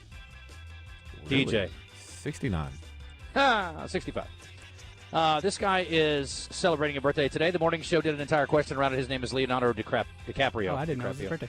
Yep. Well, I didn't know if you guys had heard, so I thought I'd just throw it out there. What's his best movie? What's your favorite movie of his? How about that? Favorite movie of his? I like Inception was fun. No, stop it. Inception's not my favorite. Wolf of Wall Street, The Departed, Django. Those are your options. Titanic. Stop it. Catch Me If You DJ. Can's pretty good. Catch Me. Yeah, Okay. that's good. Did you not like any of the ones I just mentioned? Yes, I did. Yeah, I liked all those. It's hard to pick a I think favorite. they're all great. There's a lot of great movies. They're better. No, I need an opinion. Okay, just kidding. DJ, how old is Leo today? He is 54. Christian. He's 50. 51. Close enough. This woman's an actress. She had a very successful television show as the lead actress, and she married Han Solo, and nobody saw her again. I'm going to get it. She was Ally McBeal. Correct. She was in The Birdcage. Callista Flockhart. Callista Flockhart's how old today? His brain just working. Callista Flockhart is... She's younger than Harrison. She is 66. Ooh, just a little high, 65. She's 61. Dang Golly, you guys are so mean. All right. This woman is a former U.S. Olympic softball player. Jenny Finch. Jenny Finch. Now broadcasting. Oh, baseball. Jessica Mendoza. Jessica Mendoza. DJ. How old? Jessica Mendoza is... What's your problem with Jessica Mendoza? Nothing. I just... Sexist. She's 31. She's 48. Oh. She's 45. This guy is celebrating his birthday in jail. P. Diddy. Probably. Oh, R. Kelly. R. Kelly. Kevin Spacey. And to think Is he drunken there? wind sprints got him in trouble. Bill Cosby? Bill Cosby got in trouble with drunken wind sprints. Drunken wind sprints. This sounds familiar, but I can't. I would hope so. Who runs wind sprints, bro? Former quarterback who recently got arrested for assault. Mark Sanchez? Correct.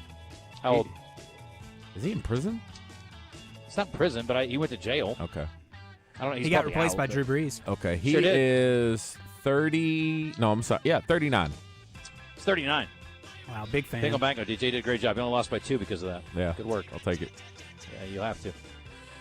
All right. That's it. 12:32. Timeout. Will you do your thing? And then can you also check in with James on the way out of the break? See if he wants to chit-chat with us. We're going to do it all. And as we head into break, once again, another opportunity for people right now.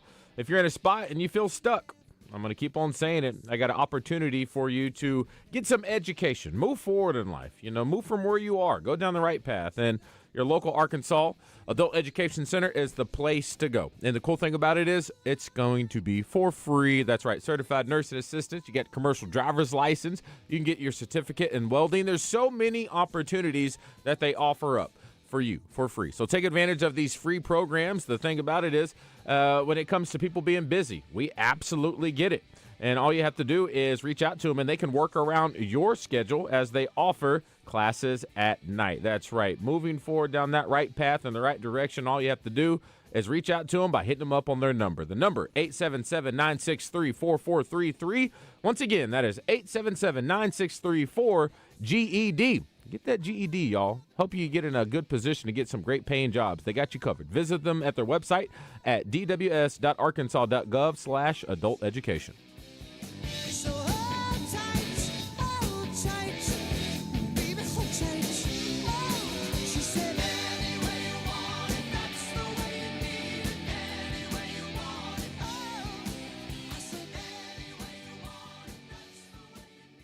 Genesis of Conway presents Craig O'Neill each week when he joins Roger, Baz, and Justin on Morning Mayhem. Genesis of Conway, the future of luxury today.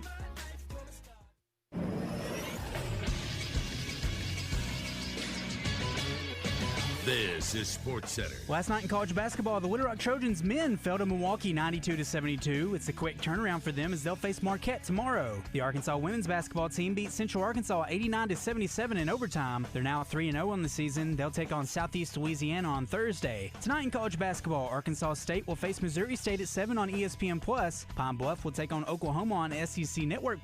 And Arkansas will look to bounce back from their loss against Michigan State by hosting Central Arkansas at 7 on SEC Network+. Radio coverage can be heard on the Buzz. Nationally, there are 3 ranked matchups. 12th-ranked Louisville will host 9th-ranked Kentucky at 7 on ESPN. 14th-ranked Illinois will host 11th-ranked Texas Tech at 7:30 on FS1. And 23rd-ranked Creighton will go on the road to 19th-ranked Gonzaga at 9 o'clock on ESPN. I'm Christian Weaver with the Buzz Radio Network. I'm Dr. Lowry Barnes. When it comes to orthopedic care, there's no place like the Orthopedic and Spine Hospital at UAMS Health. We built this hospital just for you. With state-of-the-art surgical suites, advanced technology, and the state's largest group of fellowship-trained orthopedic surgeons. It's the best place in Arkansas to get you moving again. And if you need urgent orthopedic care, UAMS Ortho Now is right here for you at the Orthopedic and Spine Hospital at UAMS Health, where motion lives and service leads. Check out the new clothing at Bell & Swart in Conway. A new cricket polo with Razorback logo, button-downs, vests, sweaters, slacks with UCA or Arkansas gear from Johnny O and Peter Millar. Great staff, fantastic service. Bell & Swart, the only Central Arkansas men's store with a tailor on staff to fit you. So go now to Bell & Swart, 1011 Oak Street in Conway on Facebook and Instagram.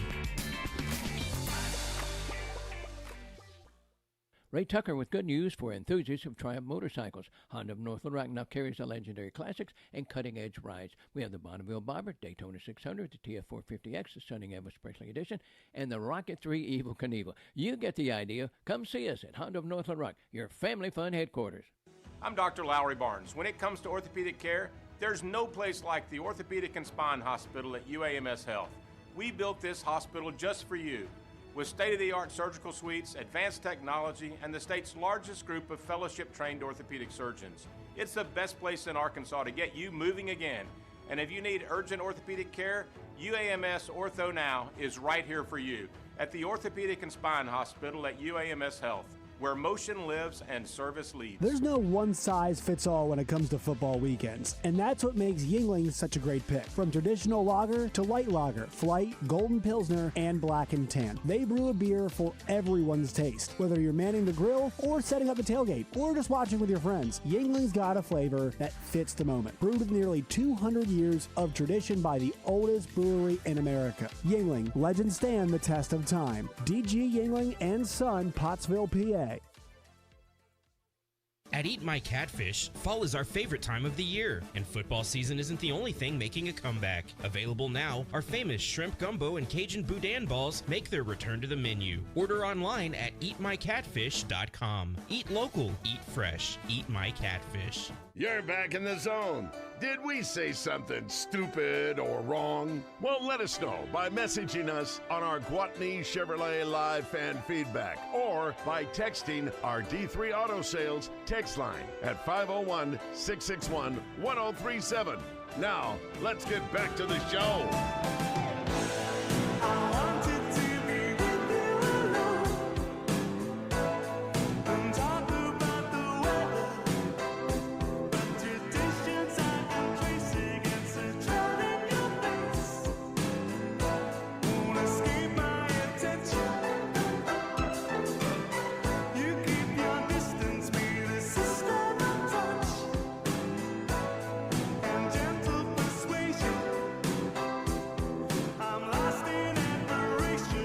All right, welcome back in the zone.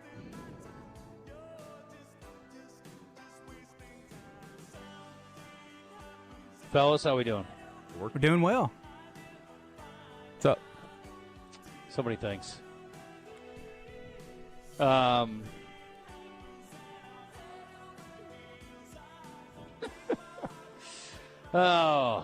tell you later. All right. What time is it? 12:39. Short segment here. Any word from James? Yeah, James is on. Well, James, how do you do? What's the word? Hey, Justin Acri, how are things today? I think fine. Are you okay? We got a bad connection, I think, for a second there. There we go. Let me see if I can switch it over there. That better? Oh, that's so much better. Are you on the move? Yeah, I was on the move. I had to do a little grandson said, hey, please come take me lunch today. And, you know, he's about the best salesman I know. His voice closes, to be honest. So I had to run up there and eat lunch with him on my way back right now. It's back to the work. That's awesome. Well, good deal. Well, what's going on at the shop over at their Gwatney Chevrolet while you're running around? What's happening over there today on this fine Tuesday? Man, I tell you, we have got so many deals out here, Justin, right now. You know, I told you guys we're not waiting for Black Friday. We're gonna get this thing cranked up early, and we did, man. We did it in a big, big way. You know, I see when I've got it written down, and I'll read through it, and I think this just doesn't look right to me, but it's what we did. And then we got up to $16,000 off Silverado crew cabs right now. And Justin, that's like you come in and paying the normal price for it, and me giving you a used pre-owned Equinox for free. And I guess we could work out that deal if anybody wanted to do it, get a little 2-for-1 action going on. But just huge discounts on those Silverados, and they're starting at $29,900 as well. So we've got some lower priced ones out there, and got 10% off our Suburbans right now, which is almost $10,000 off on them. Wow. Got 10% off on our Equinoxes. Payment starting at $399, and you know we got used cars starting under $5,000. So a little bit for everybody. You want some good gas mileage? We even got the Trailblazers with some huge discounts and payments starting at $329 a month with zero down. So just, I mean, there's deals on wherever you look: pre-owned, new, small cars, big cars, trucks, you name it. We've got the selection. We got the prices this month that you just won't touch. I love all of that, and it's all happening in one place at Gwatney Chevrolet. And, again, that's just the tip of the iceberg, folks. So, you know, if you need financing help or anything else, you know that's the place to be. They're always going to treat you like family. They've been doing it since 1957. That's a long time. So go see our friends out there, and you can always pre-shop at GwatneyChevrolet.com. It's a whale of a deal, James, or a whale of a collection of deals. So enjoy your lunch, and we will talk to you soon, my friend. Thanks, Justin. Appreciate you. All right, buddy. Okay. Somebody, here we go. Hey, Ebony, was there toilet paper in there or no? Says this person. Oh, you think I just poop and get up? It's Roll out. Hey, if you forgot to flush, who knows what you do? No. This guy says Revenant. Come on, guys. That's Theo's best. He was great in The Revenant. It's a good Theo? movie. Leo, not Theo. That's Leo's best. I don't know. I don't think The Revenant is anywhere close to my favorite Leo movie. I'm not even sure it's my top 5, but his performance in it was great. Yeah, I mean, I would say Django, he was really good, like you mentioned. What's the one people felt like he got robbed on? It was right before The Revenant. Because everyone said this is Wolf of Wall Street. Wolf of Wall Street, that's what it was? Yeah. I'll tell you, he's great in Blood Diamond. Oh, so good in Blood Diamond. You don't like Inception?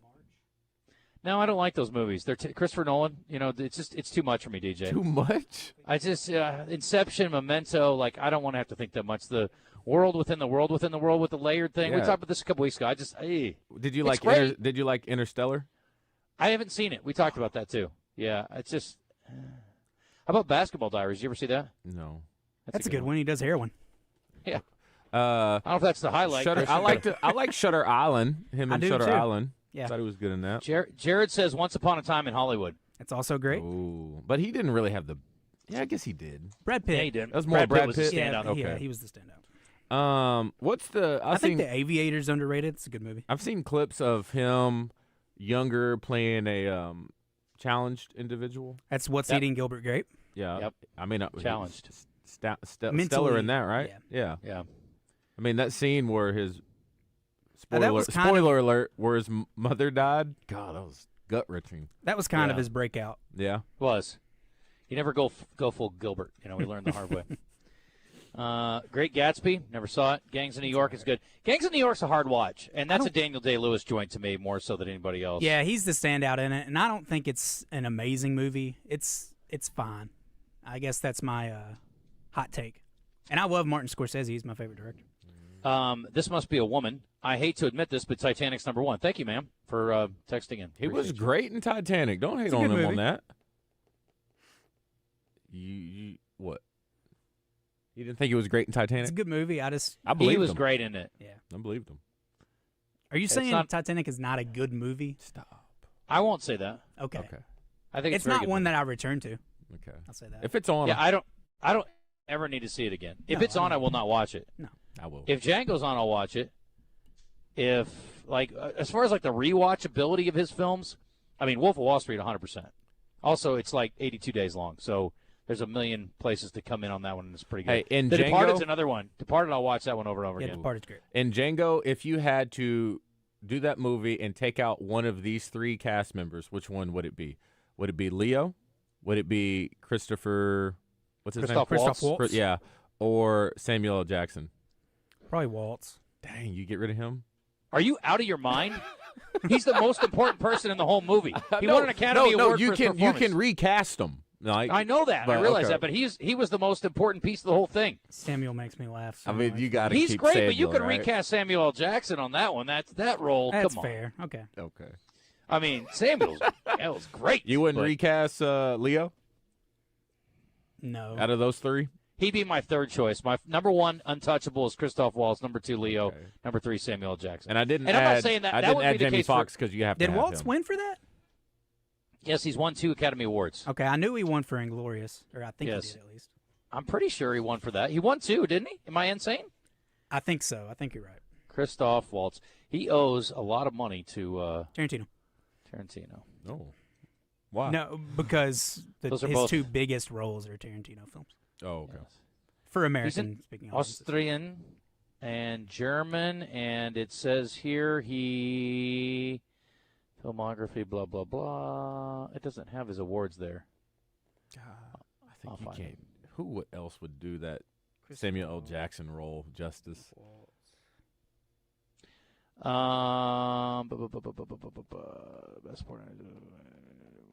Best Actor Award performance at the Cannes Film Festival. Academy Award for Best Actor. Yes. Yeah, he won Supporting Actor. Best Supporting for Inglourious and Django. Wow. Pretty good. What's he been in lately? I haven't seen him in quite some time.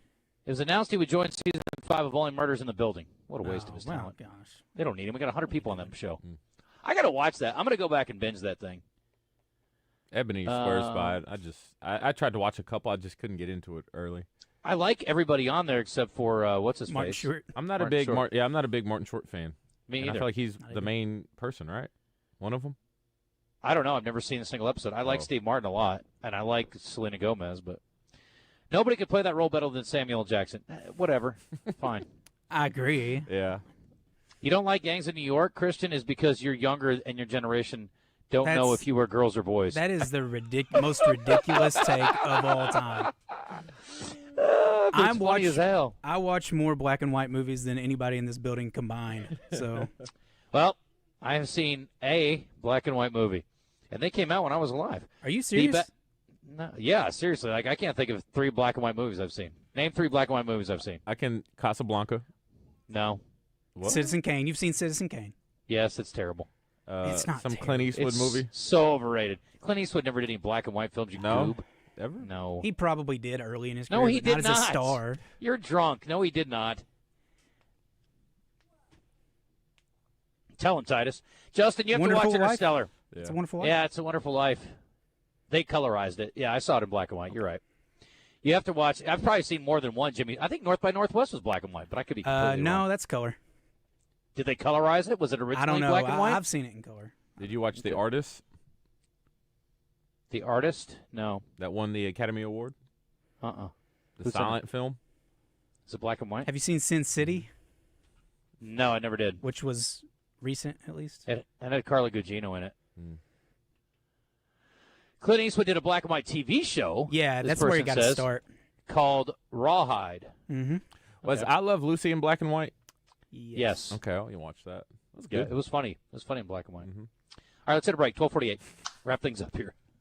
In color. All right. We will take a timeout. We'll be back. We'll wrap it up. And tomorrow we're on the road again. And Thursday. It's a busy week. Busy week. And as we head in, I want to make sure people know about my friends over there in Greenbrier, Standing Firm Farms. They got you covered. It's that time of the year. Maybe you don't want a turkey for Thanksgiving. You want to switch it up a little bit.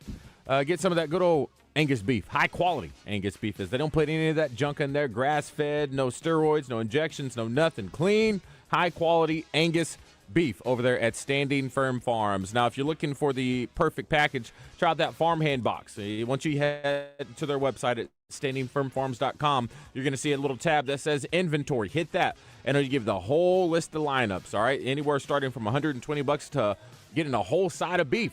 They even offer a quarter and a half as well. So if you're looking for long term, and that's the big one, put it in the deep freeze. That's the way to go. But a good starter spot would be that farmhand box that's on there right now. Multiple different cuts of meat, and it's all packaged up and ready to be sent to your front doorsteps. Anything over $400, that is free delivery within a 90-mile radius. Anything under, just $20. That is right. A great holiday gift if you're looking to surprise someone with a good box from our friends at Standing Firm Farms.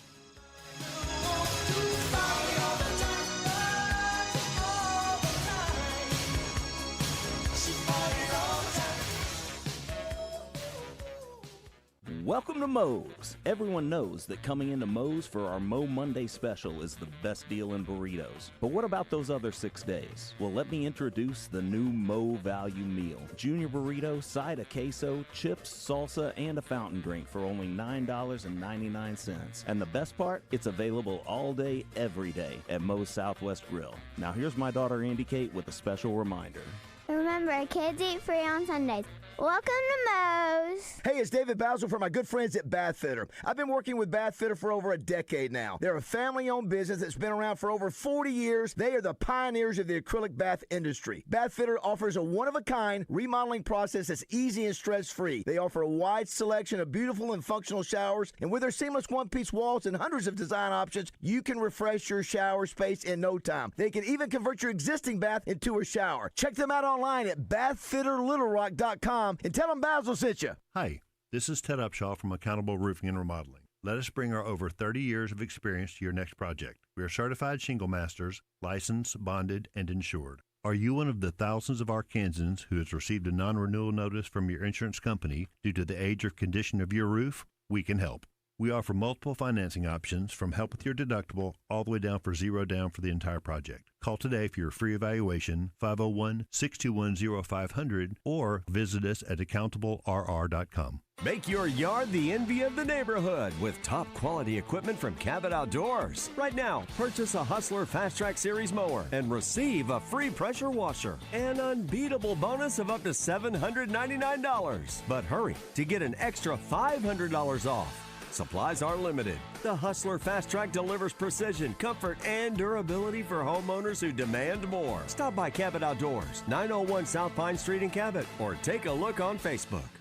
At Conway Management, hospitality isn't just what they do, it's who they are. Proudly managing trusted hotel brands across Arkansas, delivering warm service, clean rooms, and a stay that feels like home. Creating a positive experience for every guest and growth opportunities for every associate. Whether you're traveling for business, exploring Arkansas, or looking for a rewarding career in hospitality, Conway Management is there to welcome you.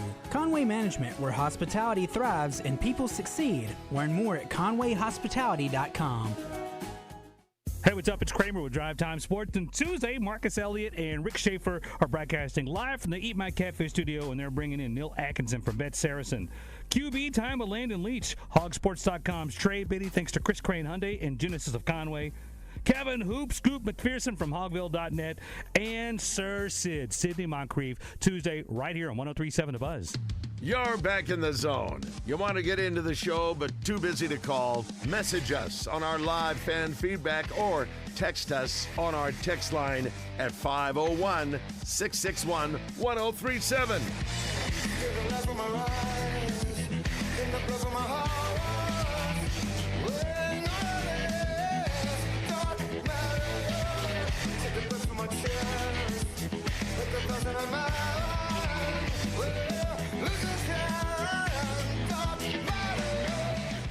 Awesome.